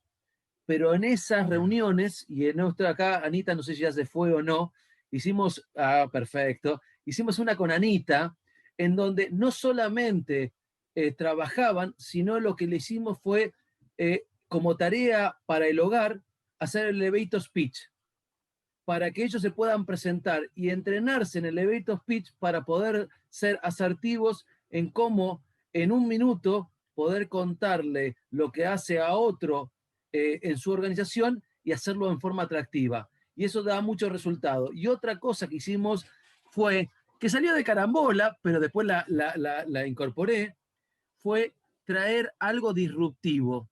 En este caso fue el Chino Fernández, profesional, ex profesional de golf, que nos dio una clínica y a partir de ahí armamos un grupo con mis 2 grupos de jugar al golf. Jugaban nada más que 3, ahora tenemos 10 jugando al golf, en donde lo que hacemos es ir a la cancha con uno que sabe, con 2 que no saben. Y entonces de esa manera se van instruyendo entre sí. Y generamos un sentido de pertenencia espectacular. Buenísimo, buenísimo, Pancho. Eso. Voy a ir yo ahí también. Bienvenido. Me anoto, Pancho. Bueno. Yo también. Vamos. Todo lo que con quieran. clase de golf. Muy bueno, muy bueno. Yes, Juan Carlos. Yo salgo a andar en bici con mis miembros. Bicicleta. Yeah. Hay algo que quiero resaltar y es tu forma, Lance, de que cualquier soncera que cualquiera de nosotros decimos, vos nos haces sentir como si hubiéramos dicho algo fantástico, y eso creo que lo Algo tenemos importante. que es muy importante. Es muy bueno. Es una habilidad a desarrollar que Lan la tiene totalmente incorporada. Totalmente. Yo me voy aprendiendo de que cada cosa que uno dice hay que buscarle la manera para decirle muy bueno lo que has dicho. Y eso hace sentir bien al grupo, ¿no? Pero subimos la retención 5 puntos este año con eso, Juanca. Sí, pero seguro. Es que esto de hacer sentir No, pero bien al perdón, otro- I beg to differ. No, pero no estoy de acuerdo, porque si yo voy a un lugar donde escucho sandeces y escucho que el coordinador dice qué bien, qué bien, qué bien, yo no vuelvo más. Ahora, si vos transformás la sandez en una cosa interesante y le decís, muy bueno, gracias a lo que me dijiste pude darme cuenta de que es lo que Lance tiene una calidad espectacular, ¿no? Sí, O gracias por hacerme perder el tiempo, que podríamos haber estado hablando de otra cosa. Yo coincido más con lo de Juan Carlos, Anita, en este sentido. Mi Porque voto está con Anita. tan bueno esto de agregar fichas a la gente, agregarle, sentir que la gente, estamos todo el tiempo viendo lo negativo, viendo lo que nos falta, y poder ponerle fichas y agregarle fichas y que esto genere confianza y que genere que la otra siente que está agregando valor, y a partir de ahí salió un disparador, aunque sea para otro lado, da esa, no sé, esa posibilidad de seguir aportando. Y en los grupos necesitamos eso. Que la Al gente... principio Lance decía que tiene que ser un ambiente safe, ¿no? Seguro. Y yo creo que eso hace que sea seguro. Cuando decís, bueno, yo digo lo que tengo para decir, muy mal no me va a ir, nadie me va a cruzar. ¿No? Tal cual, tal cual. Sí, es definitivamente así. Y da lugar, como bien decía Pancho, a otras evoluciones a partir de eso. Porque la gente empieza a relajarse, porque empieza a sentir que tiene red donde caer en cualquier caso. Está muy bueno. Si puedo contar una pequeña anécdota que le escuché a Álvaro Rolón, el que trabaja en neurociencias alguna vez, contaba de que en una reunión de jardín de infantes tenían que escribir un papelito con alguna característica de su hijo, de su hija en este caso. Y él puso que su hija era caprichosa, que era caprichosa. Y cuando la maestra de jardín fue leyendo lo que decía cada padre de su hija, dice... Acá Álvaro, el papá de Tati, dice que su hija es muy persistente en sus decisiones. Y ella me enseñó de cómo transformar un defecto en una virtud, digamos, en ese sentido. Así que bueno, es cuestión por ahí, Ana, de cintura. Bueno, Lance aplica algo de eso. Sí, tal cual. Lo que pasa es que yo coincido con lo de Juan Carlos, pero entiendo a Anita, porque ¿qué es lo que pasa? No, es que es todo en su justa medida. Cuando vos, si alguno se pone a hablar pavadas, también tenés que poder limitarlo, porque si no, los mismos miembros te dicen que al final no se llevaron nada a la reunión, porque volvieron, perdón de francés, toda la reunión. Entonces, es un equilibrio. Sí, y esa es responsabilidad del líder. Ellos puede ser que no te digan nada en el momento, pero después se van de la reunión y se van a acordar que estuvieron en la reunión y al final no pasó nada, ¿no? No, me lo dicen a mí. Sí, igual, Dani, en te esto... lo dirán después, por ahí en la reunión no se animan a decirlo, ponele. Puede ser que sí o no, depende del grupo, ¿no? Pero Dani, seguro que van a sentir que no se llevaron valor. Una de las cosas que, no sé, quiero compartir con ustedes, esto es de la escucha apreciativa. Por eso tenemos que entender en que quizás para mí parece una estupidez, pero para el otro es lo más importante. Es como cuando si mi hija tuviese 2 años y me hace un garabato, yo digo, qué lindo dibujo. Yo sé que es un garabato. Y le pregunto, ¿qué es? ¿Sos vos, papá? Ay, me encanta. Es el mejor dibujo. Entonces, entender en qué estadio está cada uno, ¿sí? Hace que también como empresario, que hay veces que estamos 3 o 4 pasos adelante de nuestros empleados, empezar a entender un poco más, ¿para qué me lo quisiste decir? ¿Qué es lo que estabas buscando? ¿Cuál es la finalidad de todo esto? Y quizás a partir de esa indagación, como lo hace Lance, quizás empecemos a sacarle ese diamante en bruto, y para eso nos tenemos que embarrar. Para sacar un diamante, el oro, tenemos que excavar. Y a veces ese cavar es parte de nuestra tarea. Entonces, quizás, no sé, lo pongo en la mesa, ¿no? Quizás para uno puede ser una estupidez porque está avanzado en determinadas cosas y dice, para este estúpido, digo, pará, porque si para el otro es importante, tenemos que entender en qué realidad, en qué contexto lo está diciendo. Y a partir de ahí poder sacarle lo mejor. Esto trasladado a tu empresa, ¿cómo está? ¿Cómo lo trabajas con tu gente? Pancho, En relación a eso. suscribo totalmente lo que decís. Si es importante para el que lo dice, entonces es importante. Entonces, me ayudás a darme cuenta que si a mí me parece que algo que el otro dice es una pavada, es que yo no estoy viendo con claridad qué es lo que quiere decir. Así que muy bueno. Y eso pasa con el check-in, que yo a veces con algunos que son un poquito más ansiosos sienten que, oh, bueno, el check-in como que es como si fuera un paso que se pueden saltear. Y yo soy muy defensora, sí regulo el tiempo, pero para mí es muy importante que ellos puedan escuchar lo que el otro quiere contar de algo que pasó el fin de semana o que está angustiado por algo. Es una parte, yo le doy un montón de valor, tanto como después el trabajo sobre, digamos, el resto de la reunión, tema clave, presentación. Sí, yo creo...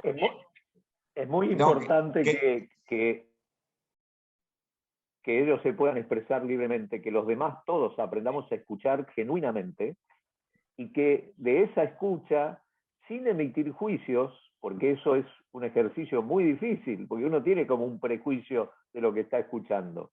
Y esto en el grupo también hay que hacer todos como la práctica de aprender a escuchar sin prejuicio al otro para que nos sirva de aprendizaje para todos, ¿no? Esto es cuando el grupo lo empieza a internalizar esto, es fantástico. Me gustaría agregar un comentario que me pareció que lo pude unir recién. Es que cuando una persona habla, creo que habla para que lo escuchen. Y cuando habla desde un lugar, está hablando mucho de él, y creo que lo que hace Lance es justamente estar escuchando desde el lugar que habla el que habló, y después co-crea y lleva la pelota para todos lados. Esto es un punto. Y del otro es que lo hemos aprendido, porque recién Daniel toma la posición de Francisco y la de Anita y saca una maravilla en 3 dimensiones, que no hizo otra cosa que lo que hace Lance, de escuchar a uno y a otro, respetar de dónde hablaron y encontrar una conducción. Es muy capo, Daniel. Brillante, brillante. No. Lance es el capo acá.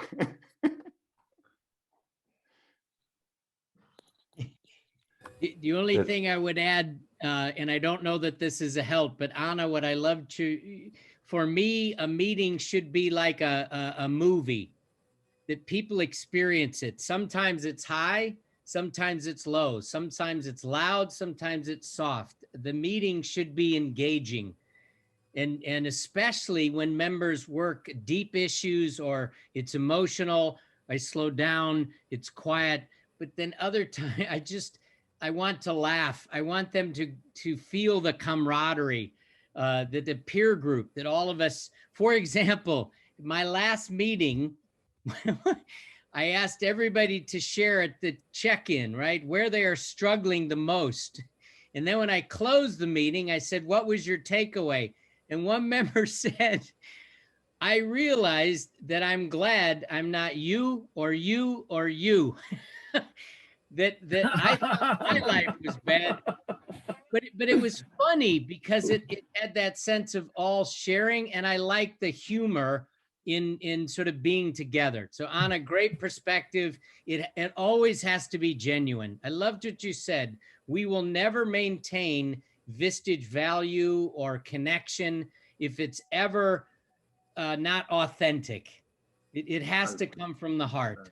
So I admit I lead meetings the way that would keep me engaged. And if I feel like it's not, I step in. A member engagement is what I value the most. So thank you for your perspective.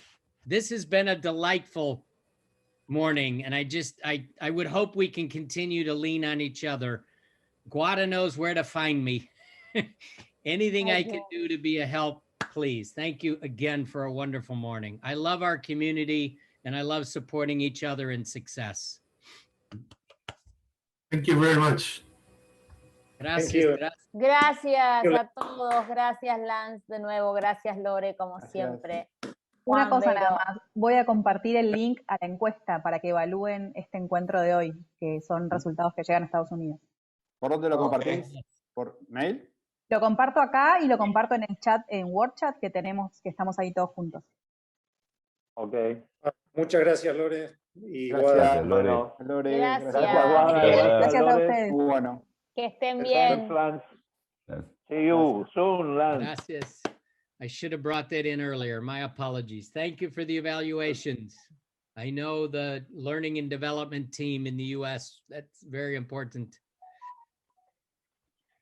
Bye, thanks. Always. Thanks, Lance. Chao, gracias. Gracias. Chao, Sabri.